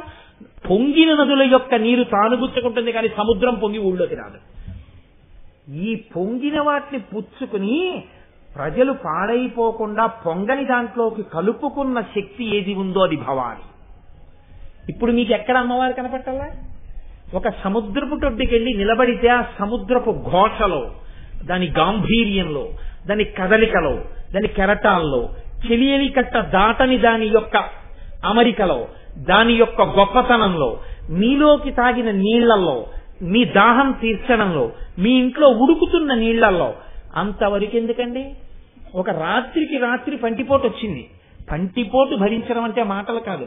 అందుకే ఈశ్వరుడు ఎక్కడెక్కడ శరీరానికి ఇబ్బంది వస్తే అక్కడెక్కడ వెంటనే విరుగుడు దేంతో తెలుసా అండి? నీటితోటి.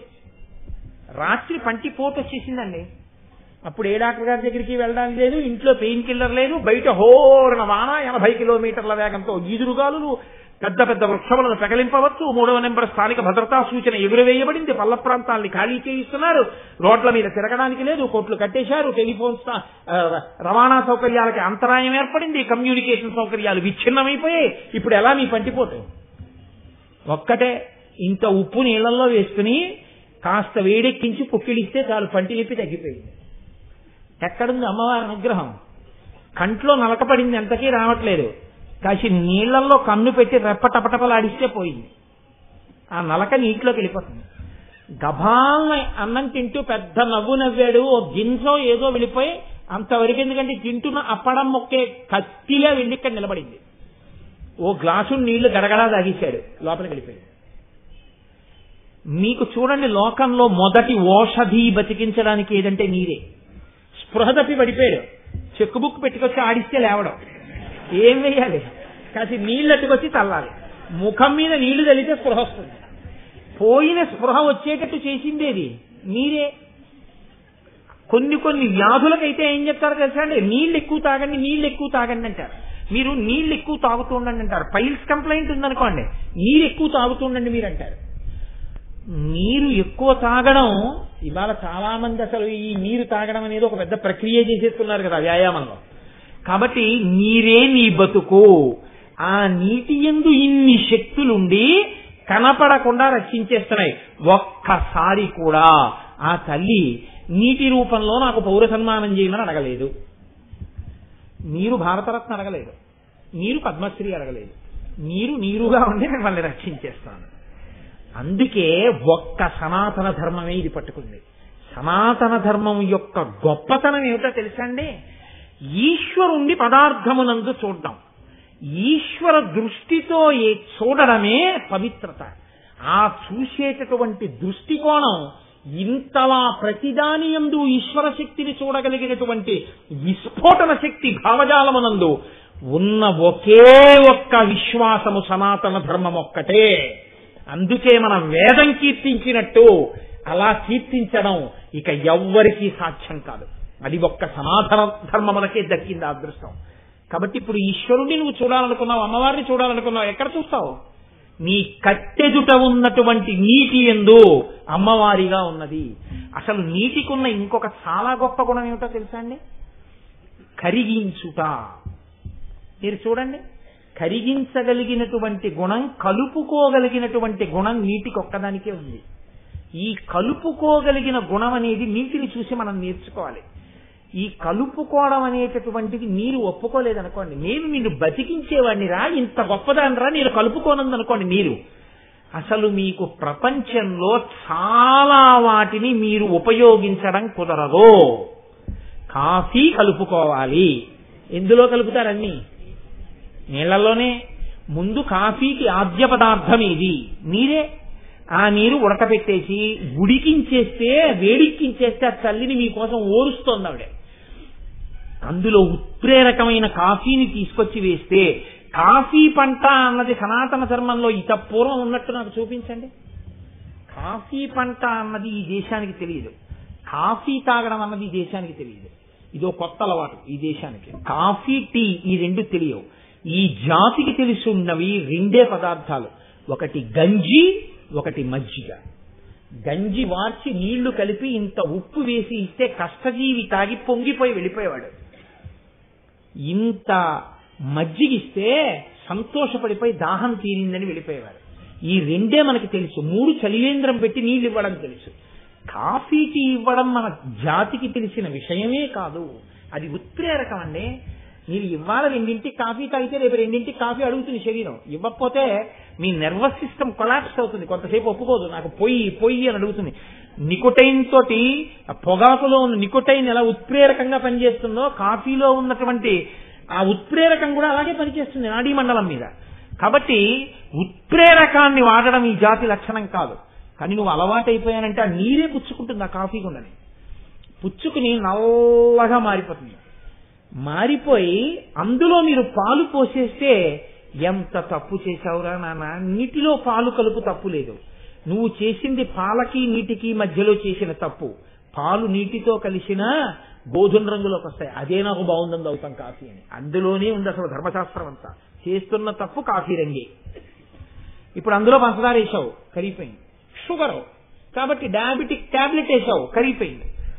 ఇంత పెద్ద టాబ్లెట్ ఇచ్చారండి డాక్టర్ గారు, నేను మాత్రం మింగలేనంటాడు. ఇంత ముద్దలు మింగేస్తాడు. అది విచిత్రం. కొంతమందిని అడగండి, క్యాప్సూల్ మింగలేనంటాడు. ఇంజక్షన్ చేయించుకుంటారా? అమ్మో భయం అండి. అక్కర్లేని తినే జబ్బులు తెచ్చుకుంటారా? సిద్ధం అండి. మరి టాబ్లెట్ ఇప్పుడు మింగలేవి ఏం చేయాలి? నీళ్లలో వేసేసి కలిపేసుకుని తాగేస్తారు. లేకపోతే ఏం చేస్తారు? ఇంకా కొంతమంది చేస్తారు అట్టహాసం. ఆ నీళ్లతో టాబ్లెట్ వాడు టాబ్లెట్ వేసుకుంటున్నాడని అపార్ట్మెంట్ అంతా తెలుస్తుంది. అని కంఠం తెరిచి ఎక్కడికో వేళ్లు పెట్టేసి ఇంకక్కడి నుంచి ఏదో పెద్ద బ్రహ్మాండం లోపలికి పంపించేస్తున్నట్టు నీళ్లు తాగేసి హా హూ అని పెద్ద పెద్ద కేకలు వేసేసి ఏదో బీజాక్షరాల్ని వనదుర్గా మంత్రాలు జరిగినట్టుగా చదివేసి అప్పుడు వెళ్ళింది. ఇంట్లో ఉన్న వాళ్ళందరూ వాడి జబ్బు తగ్గే వరకు కదిలిపోతారు. అలా వేసుకుంటాడు టాబ్లెట్. కరుగుట, నీటికి కరిగే శక్తి వదిలిపెట్టినా, కలిసే శక్తి వదిలిపెట్టినా అసలు మీరు చాలా పదార్థములను పుచ్చుకోలేరు. అంతవరకు ఎందుకంటే మీరు వాడిన చెత్త చెదారం మురికి అన్ని ఎవరి తనలో కలుపుకు పట్టుకుపోతోంది? మీరే. ఆవిడలా కలుపుకు పట్టుకుపోకపోతే మన బతుకెక్కడుంది? ఏది కలిపి అంత ఉదారంగా తీసుకెళ్లిపోతుందో అవన్నీ చాలా హీనంగా కనపడతాయండో మనకి. నాకైతే అనిపిస్తుంది అసలు నిజంగా గౌరవింపబడవలసినటువంటి గొప్ప మున్సిపల్ వర్కర్స్ ఎవరో తెలుసా అండి? అసలు మున్సిపాలిటీకి ఉండవలసినటువంటి గొప్ప చిహ్నాల్లో మొదటి చిహ్నం కాకి. కాకి లాంటి స్కావెంజర్ ఎక్కడుందండి? అని పడేస్తే తినేస్తుంది. మిరపకాయలు రోడ్డు మీద పడేస్తే తినేస్తుంది. మీరు చింతపండు ముద్ద బారేస్తే తినేస్తుంది. వర్షాకాలంలో చిమ్మెట్టలు తినేస్తుంది. ఆఖరికి ఏదీ దొరక్కపోతే పంది మీద వాలి దాన్ని ఒంట్లో ఉన్న పురుగులు తినేస్తుంది. దానికి అలా జీర్ణమైపోతుంది. కాకి అన్నది లేకపోతే మీకు ఇంత శుభ్రత ఎక్కడుంది నాకు చెప్పండి? రోడ్ల మీద సగానికి సగం పనికి మాలిన పదార్థాలన్నింటినీ తినేసేది కాకి ఒక్కటే. ఆఖరికి ఇంట్లో కుక్క చచ్చిపోయిందని తీసుకెళ్లి వీధిలో బారేస్తాడు. తొందరగా కుక్కను తినేసి దాని కంపు లేకుండా చేసేది కాకి. ఇంకా మనం మనుష్యులమై పుట్టి ఎక్కడ ఎలా ప్రవర్తించాలో కూడా చేతకానంత హేయమైన రీతిలో స్నానం చేసేటటువంటి నదీ ఘాట్ల దగ్గర కూడా చెయ్యకూడని పనులు చేస్తుంటే పంది ఒక్కటే వచ్చి శుభ్రం చేస్తుంది. కాబట్టి నేనంటాను మనిషి కన్నా పంది 1,000,000 రెట్లు మంచిది అంటాను. నీవు చెయ్యకూడని పని నువ్వు చేస్తే అది అక్కడ స్నానఘాట్టుని శుభ్రంగా అదుల్చుతోంది, అది తినేస్తోంది వచ్చి. మనిషివా పశువా? గంగానది ఘాట్ దగ్గర నువ్వు చేసేది అటువంటి పనులు, గోదావరి ఘాట్ దగ్గర నువ్వు చేయవలసినటువంటి పనులు. అంటే మనిషి పశువు అయి ఉంటే పశువులలో అధమమైనటువంటి పశువు మనిషికి ఉపకారం చేసి బతుకుతోంది. నీటికి ఆ శక్తి లేకపోతే కల్మషాలన్నింటినీ నీరు పట్టుకెళ్లి ఉండకపోతే ఆ నీరు కలుపుకోకపోతే మనం ఏమైపోయి ఉండేవాళ్ళం? ఈ శక్తులన్నీ నీటి యందు మీరు చూసి ఆహా నీరా నువ్వు లేకపోతే నా బతుకెక్కడదని మీరు కృతజ్ఞతతో నమస్కరించడమే భవాని. ఇప్పుడు ఈ భావనలు మీలోంచి ప్రచోదనమైతే మీరు అమ్మవారి ముందు పొంగిపోయారే, ఇవన్నీ విని మీరు పొంగిపోతున్నారే, ఇదే మీరు అమ్మవారికి చేసినటువంటి నమస్కారంగా తల్లి స్వీకరించి ఆ తల్లి ఏం చేస్తుంది? నీటి సమృద్ధితో లోకం బాధపడకుండా, అనారోగ్యం లేకుండా అందరూ సుభిక్షంగా ఉండేటట్టుగా. అందుకే అసలు ఆశీర్వచనం ఏమిటో తెలుసండి? ఒక ఊరు బాగుండాలంటే కాలే వర్షతు పర్జన్య, కాలమునకు పడవలసిన వర్షములు పడుగాక, పడకూడని వర్షం పడకుండుగాక. కాలే వర్షతు పర్జన్య పృథివీ సస్యశాలిని దేశోయం క్షోభరహితం బ్రాహ్మణాస్తంతు నిర్భయా. కాబట్టి ఆ సస్యశ్యామలమై ఉండడానికి, అందరూ సుఖంగా ఉండడానికి, పశువులకి అన్నిటికీ నీరు దొరకాలి. అలా నీరు దొరికేటట్టుగా చెయ్యగలిగినదేదో అటువంటి స్థితి అటువంటి తల్లి అనుగ్రహించుగాక. ఈ భవానీ నామంతో అమ్మవారు స్థానీశ్వర పీఠంలో పీఠాది దేవతగా పూజలు అందుకుంటోంది. అమ్మా ఇన్ని శక్తుల రూపంలో చూస్తున్నానమ్మా, ఒక్కసారి ఈ శక్తుల రూపంలో నువ్వు విరాజమానురాలివై ఉండగా నమస్కారం చేస్తుందాం అనుకుంటున్నానమ్మా అని మీరు అనుకుంటే స్థానేశ్వర పీఠంలోకి వెళ్ళి అమ్మవారిని భవానీగా ఎవరు చూస్తారో, భవానీ అని పేరు చెప్పినప్పుడు రేపు కోటి కుంకుమార్చనలో ఓం భవాన్యే నమః అంటాం. అన్నప్పుడు మీరు శ్రీమాత్రే నమః అంటారు. ఆవిడే మా అమ్మ అని కుంకం వేస్తారు. అంటే ఆవిడ పొంగిపోతుందన్నమాట. అబ్బా, నన్ను గుర్తించారు, నన్ను అమ్మగా వీళ్ళు ఆరాధించారు, నా పాదాల మీద కుంకం వేశారు, అంతే. ఆ నీటికి లోటు లేకుండా లోకం రక్షింపబడుతుంది. అందుకే లలితా సహస్రంతో కుంకుమార్చన చెయ్యండి అంటారు. అంత పరమోత్కృష్టమైనటువంటి నామము భవానీ నామము. రేపు అమ్మవారు పలికించినటువంటి వేరొక నామాన్ని మీకు విజ్ఞాపన చేస్తాను.